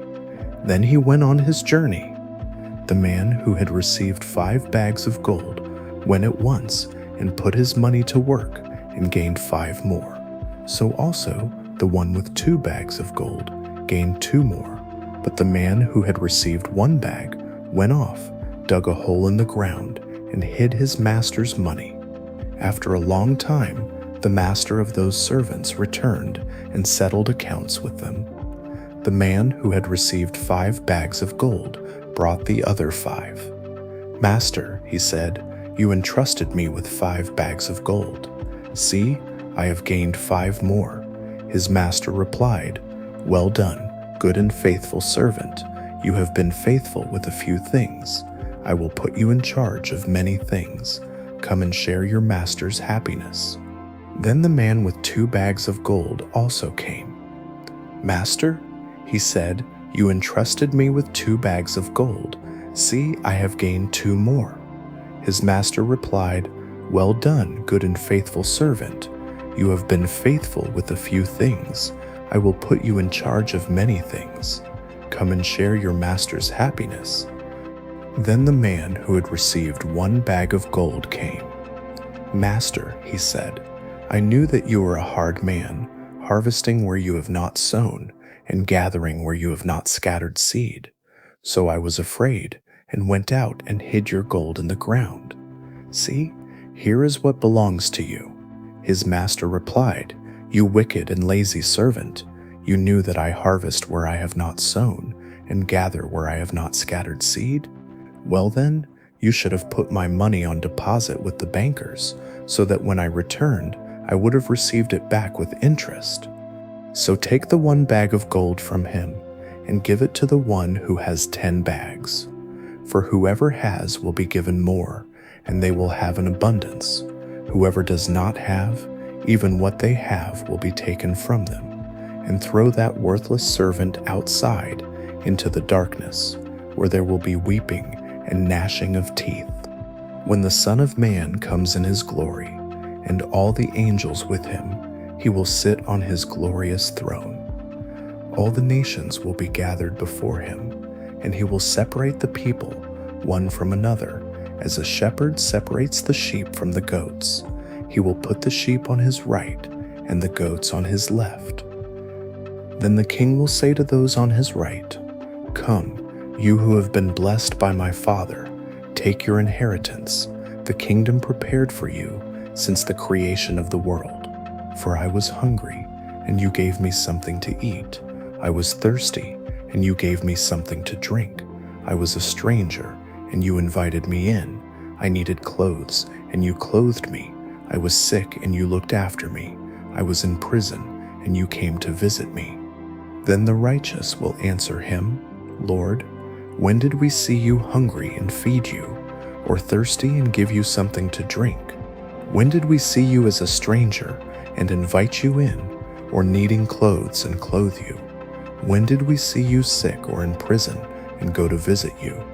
The king will reply, "I assure you, whatever you did for one of the least of these brothers and sisters of mine, you did for me."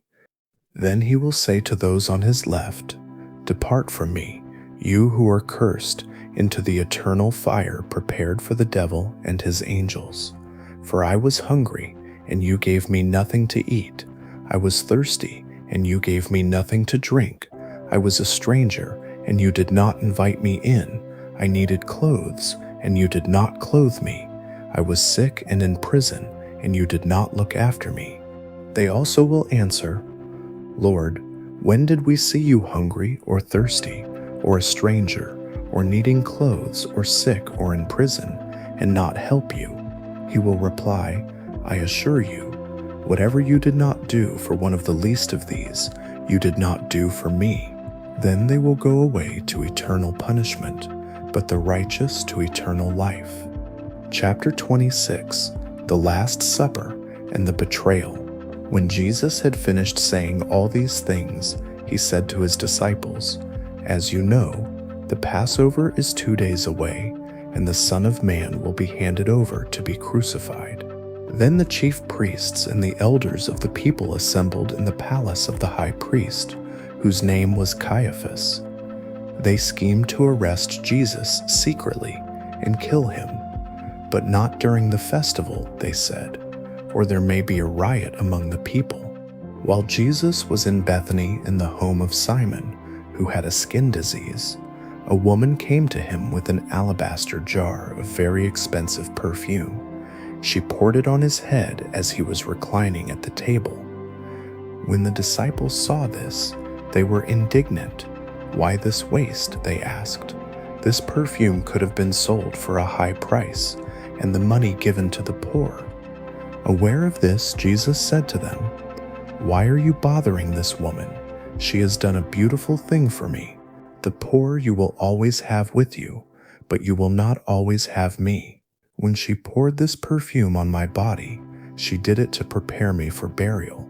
I assure you, wherever this good news is preached throughout the world, what she has done will also be told in memory of her."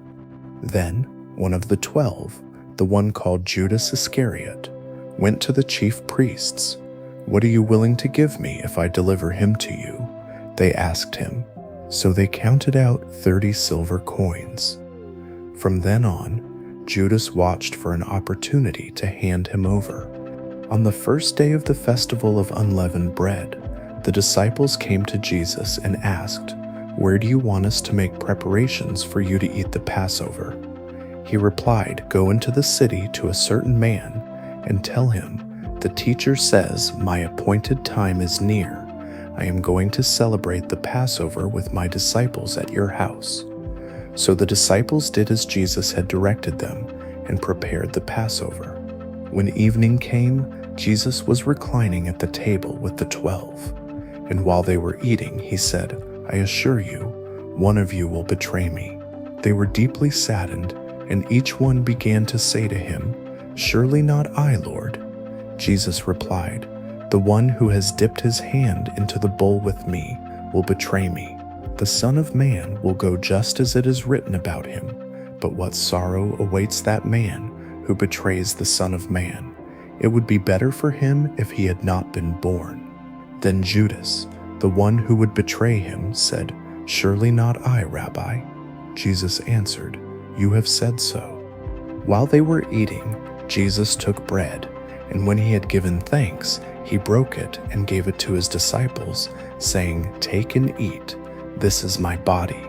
Then he took a cup, and when he had given thanks, he gave it to them, saying, "Drink from it, all of you. This is my blood of the covenant, which is poured out for many for the forgiveness of sins. I tell you, I will not drink of this fruit of the vine from now on until that day when I drink it new with you in my Father's kingdom." When they had sung a hymn, they went out to the Mount of Olives. Then Jesus told them, "This very night you will all fall away on account of me. For it is written, 'I will strike the shepherd, and the sheep of the flock will be scattered.' But after I have risen, I will go ahead of you into Galilee." Peter replied, "Even if all fall away on account of you, I never will." "I assure you," Jesus answered, "this very night, before the rooster crows, you will disown me 3 times." But Peter declared, "Even if I have to die with you, I will never disown you." And all the other disciples said the same. Then Jesus went with his disciples to a place called Gethsemane, and he said to them, Sit here while I go over there and pray." He took Peter and the 2 sons of Zebedee along with him, and he began to be sorrowful and troubled. "My soul is overwhelmed with sorrow to the point of death," he said to them. "Stay here and keep watch with me." Going a little farther, he fell with his face to the ground and prayed, "My Father, if it is possible, may this cup be taken from me, yet not as I will, but as you will." When he came back to his disciples, he found them sleeping. "Could you not keep watch with me for 1 hour?" he asked Peter. "Keep watch and pray, so that you will not fall into temptation. The spirit is willing, but the flesh is weak." He went away a second time and prayed, "My Father, if it is not possible for this cup to be taken away unless I drink it, may your will be done." When he came back, he again found them sleeping, because their eyes were heavy. So he left them and went away once more, and prayed the 3rd time, saying the same thing. Then he returned to the disciples and said, "Are you still sleeping and resting? Look, the hour is near, and the Son of Man is going to be betrayed into the hands of sinners. Rise, let's go. Here comes my betrayer." While he was still speaking, Judas, one of the 12, arrived. With him was a large crowd armed with swords and clubs, sent from the chief priests and the elders of the people. Now the betrayer had arranged a signal with them. "The one I kiss is the man. Arrest him." Going at once to Jesus, Judas said, "Greetings, Rabbi," and kissed him. Jesus replied, "Friend, do what you came for." Then the men stepped forward, seized Jesus, and arrested him. One of Jesus' companions reached for his sword, drew it out, and struck the servant of the high priest, cutting off his ear. "Put your sword back in its place," Jesus said to him, "for all who draw the sword will die by the sword. Do you think I cannot call on my Father, and he would at once put at my disposal more than 12 legions of angels? But how then would the scriptures be fulfilled that say it must happen in this way?" At that time Jesus said to the crowd, "Am I leading a rebellion, that you have come out with swords and clubs to capture me? Every day I sat in the temple courts teaching, and you did not arrest me. But this has all taken place that the writings of the prophets might be fulfilled." Then all the disciples deserted him and fled. Those who had arrested Jesus took him to Caiaphas, the high priest, where the religious teachers and the elders had assembled. Peter followed at a distance, right up to the courtyard of the high priest. He sat with the guards to see what would happen.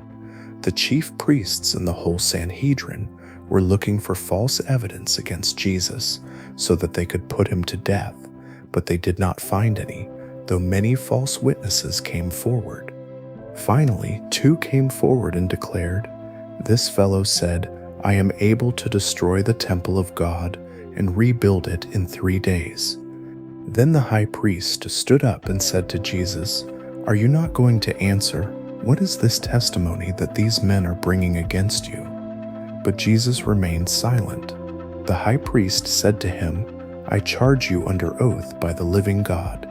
Tell us if you are the Christ, the Son of God." "You have said so," Jesus replied.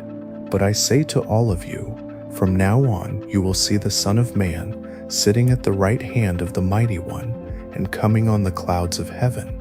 Then the high priest tore his clothes and said, "He has spoken blasphemy. Why do we need any more witnesses? Look, now you have heard the blasphemy. What is your verdict?" "He is worthy of death," they answered. Then they spit in his face and struck him with their fists. Others slapped him and said, "Prophesy to us, Christ, who hit you?" Now Peter was sitting outside in the courtyard. A servant girl came to him. "You also were with Jesus of Galilee," she said. But he denied it in front of everyone. "I don't know what you're talking about," he said.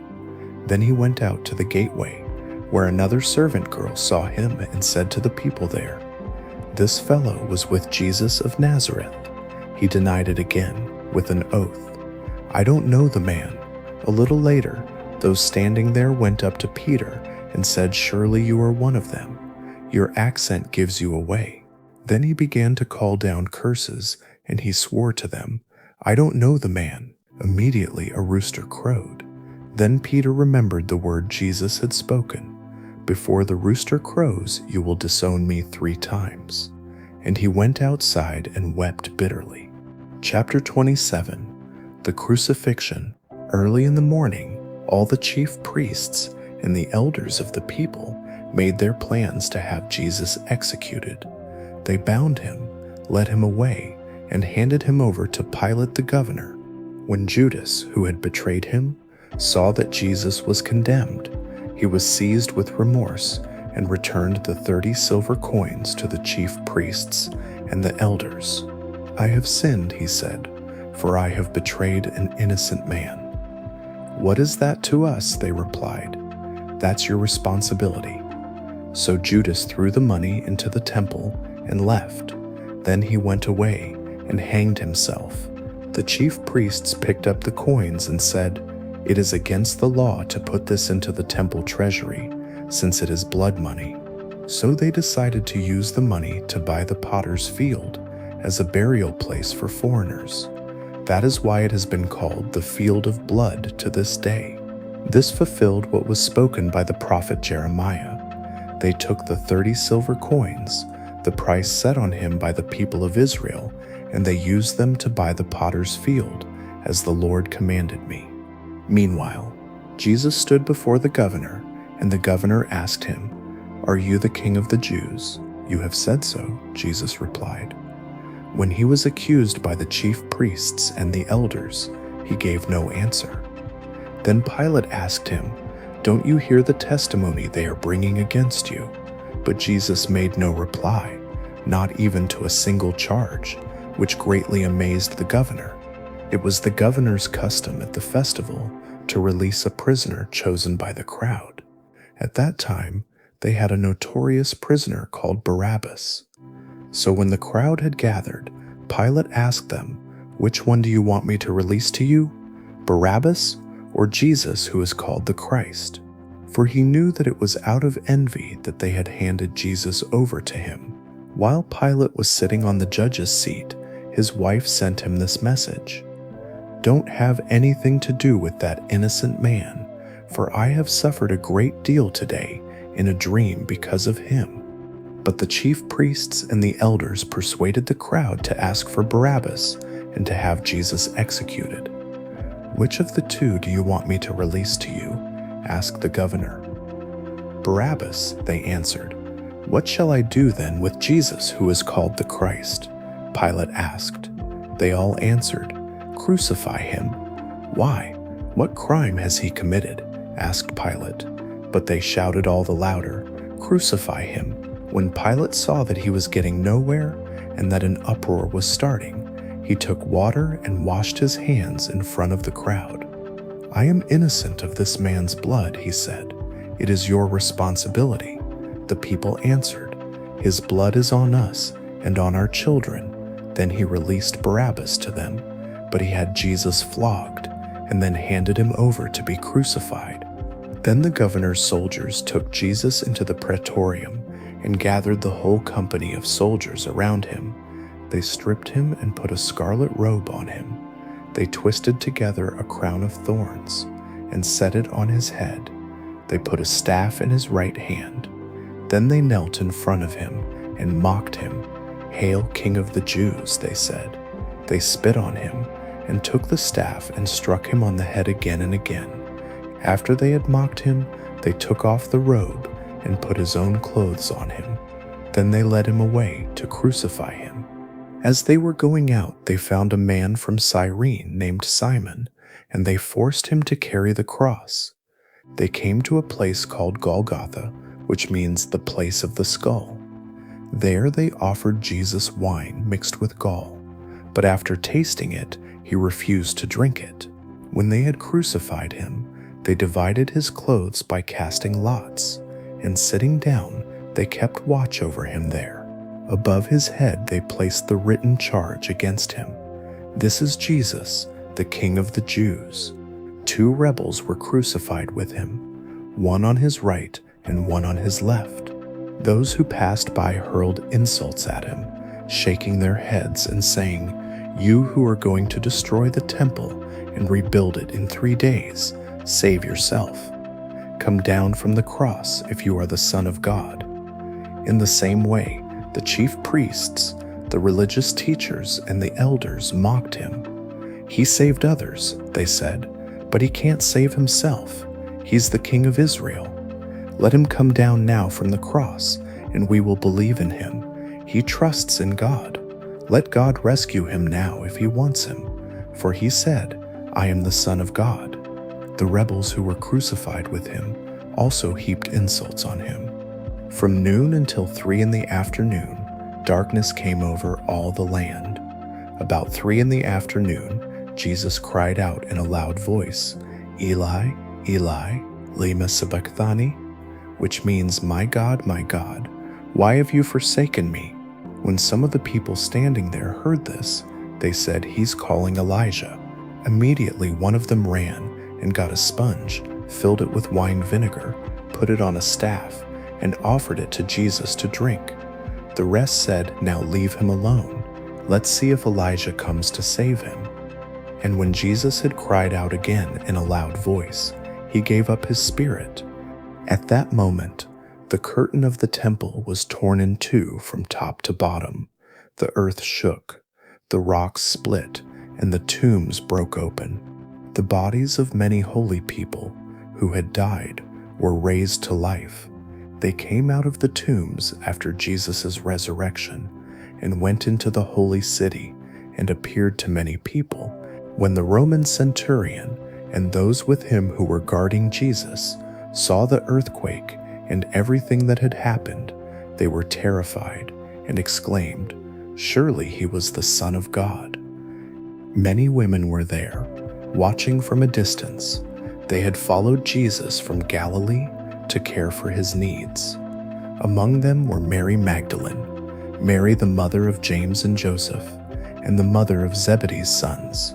As evening approached, a rich man from Arimathea named Joseph, who had himself become a disciple of Jesus, went to Pilate and asked for Jesus' body. Pilate ordered that it be given to him. Joseph took the body, wrapped it in a clean linen cloth, and placed it in his own new tomb that he had cut out of the rock. He rolled a large stone across the entrance of the tomb and went away. Mary Magdalene and the other Mary were sitting there opposite the tomb. The next day, the one after Preparation Day, the chief priests and the Pharisees went to Pilate. "Sir," they said, "we remember that while that deceiver was still alive, he said, 'After 3 days I will rise again.' So give the order for the tomb to be made secure until the 3rd day. Otherwise his disciples may come and steal the body and tell the people that he has been raised from the dead. This last deception will be worse than the first." "Take a guard," Pilate answered. "Go, make the tomb as secure as you know how." So they went and made the tomb secure by putting a seal on the stone and posting the guard. Chapter 28. A New Beginning. After the Sabbath, at dawn on the 1st day of the week, Mary Magdalene and the other Mary went to look at the tomb. Suddenly there was a violent earthquake, for an angel of the Lord came down from heaven. He went to the tomb, rolled back the stone, and sat on it.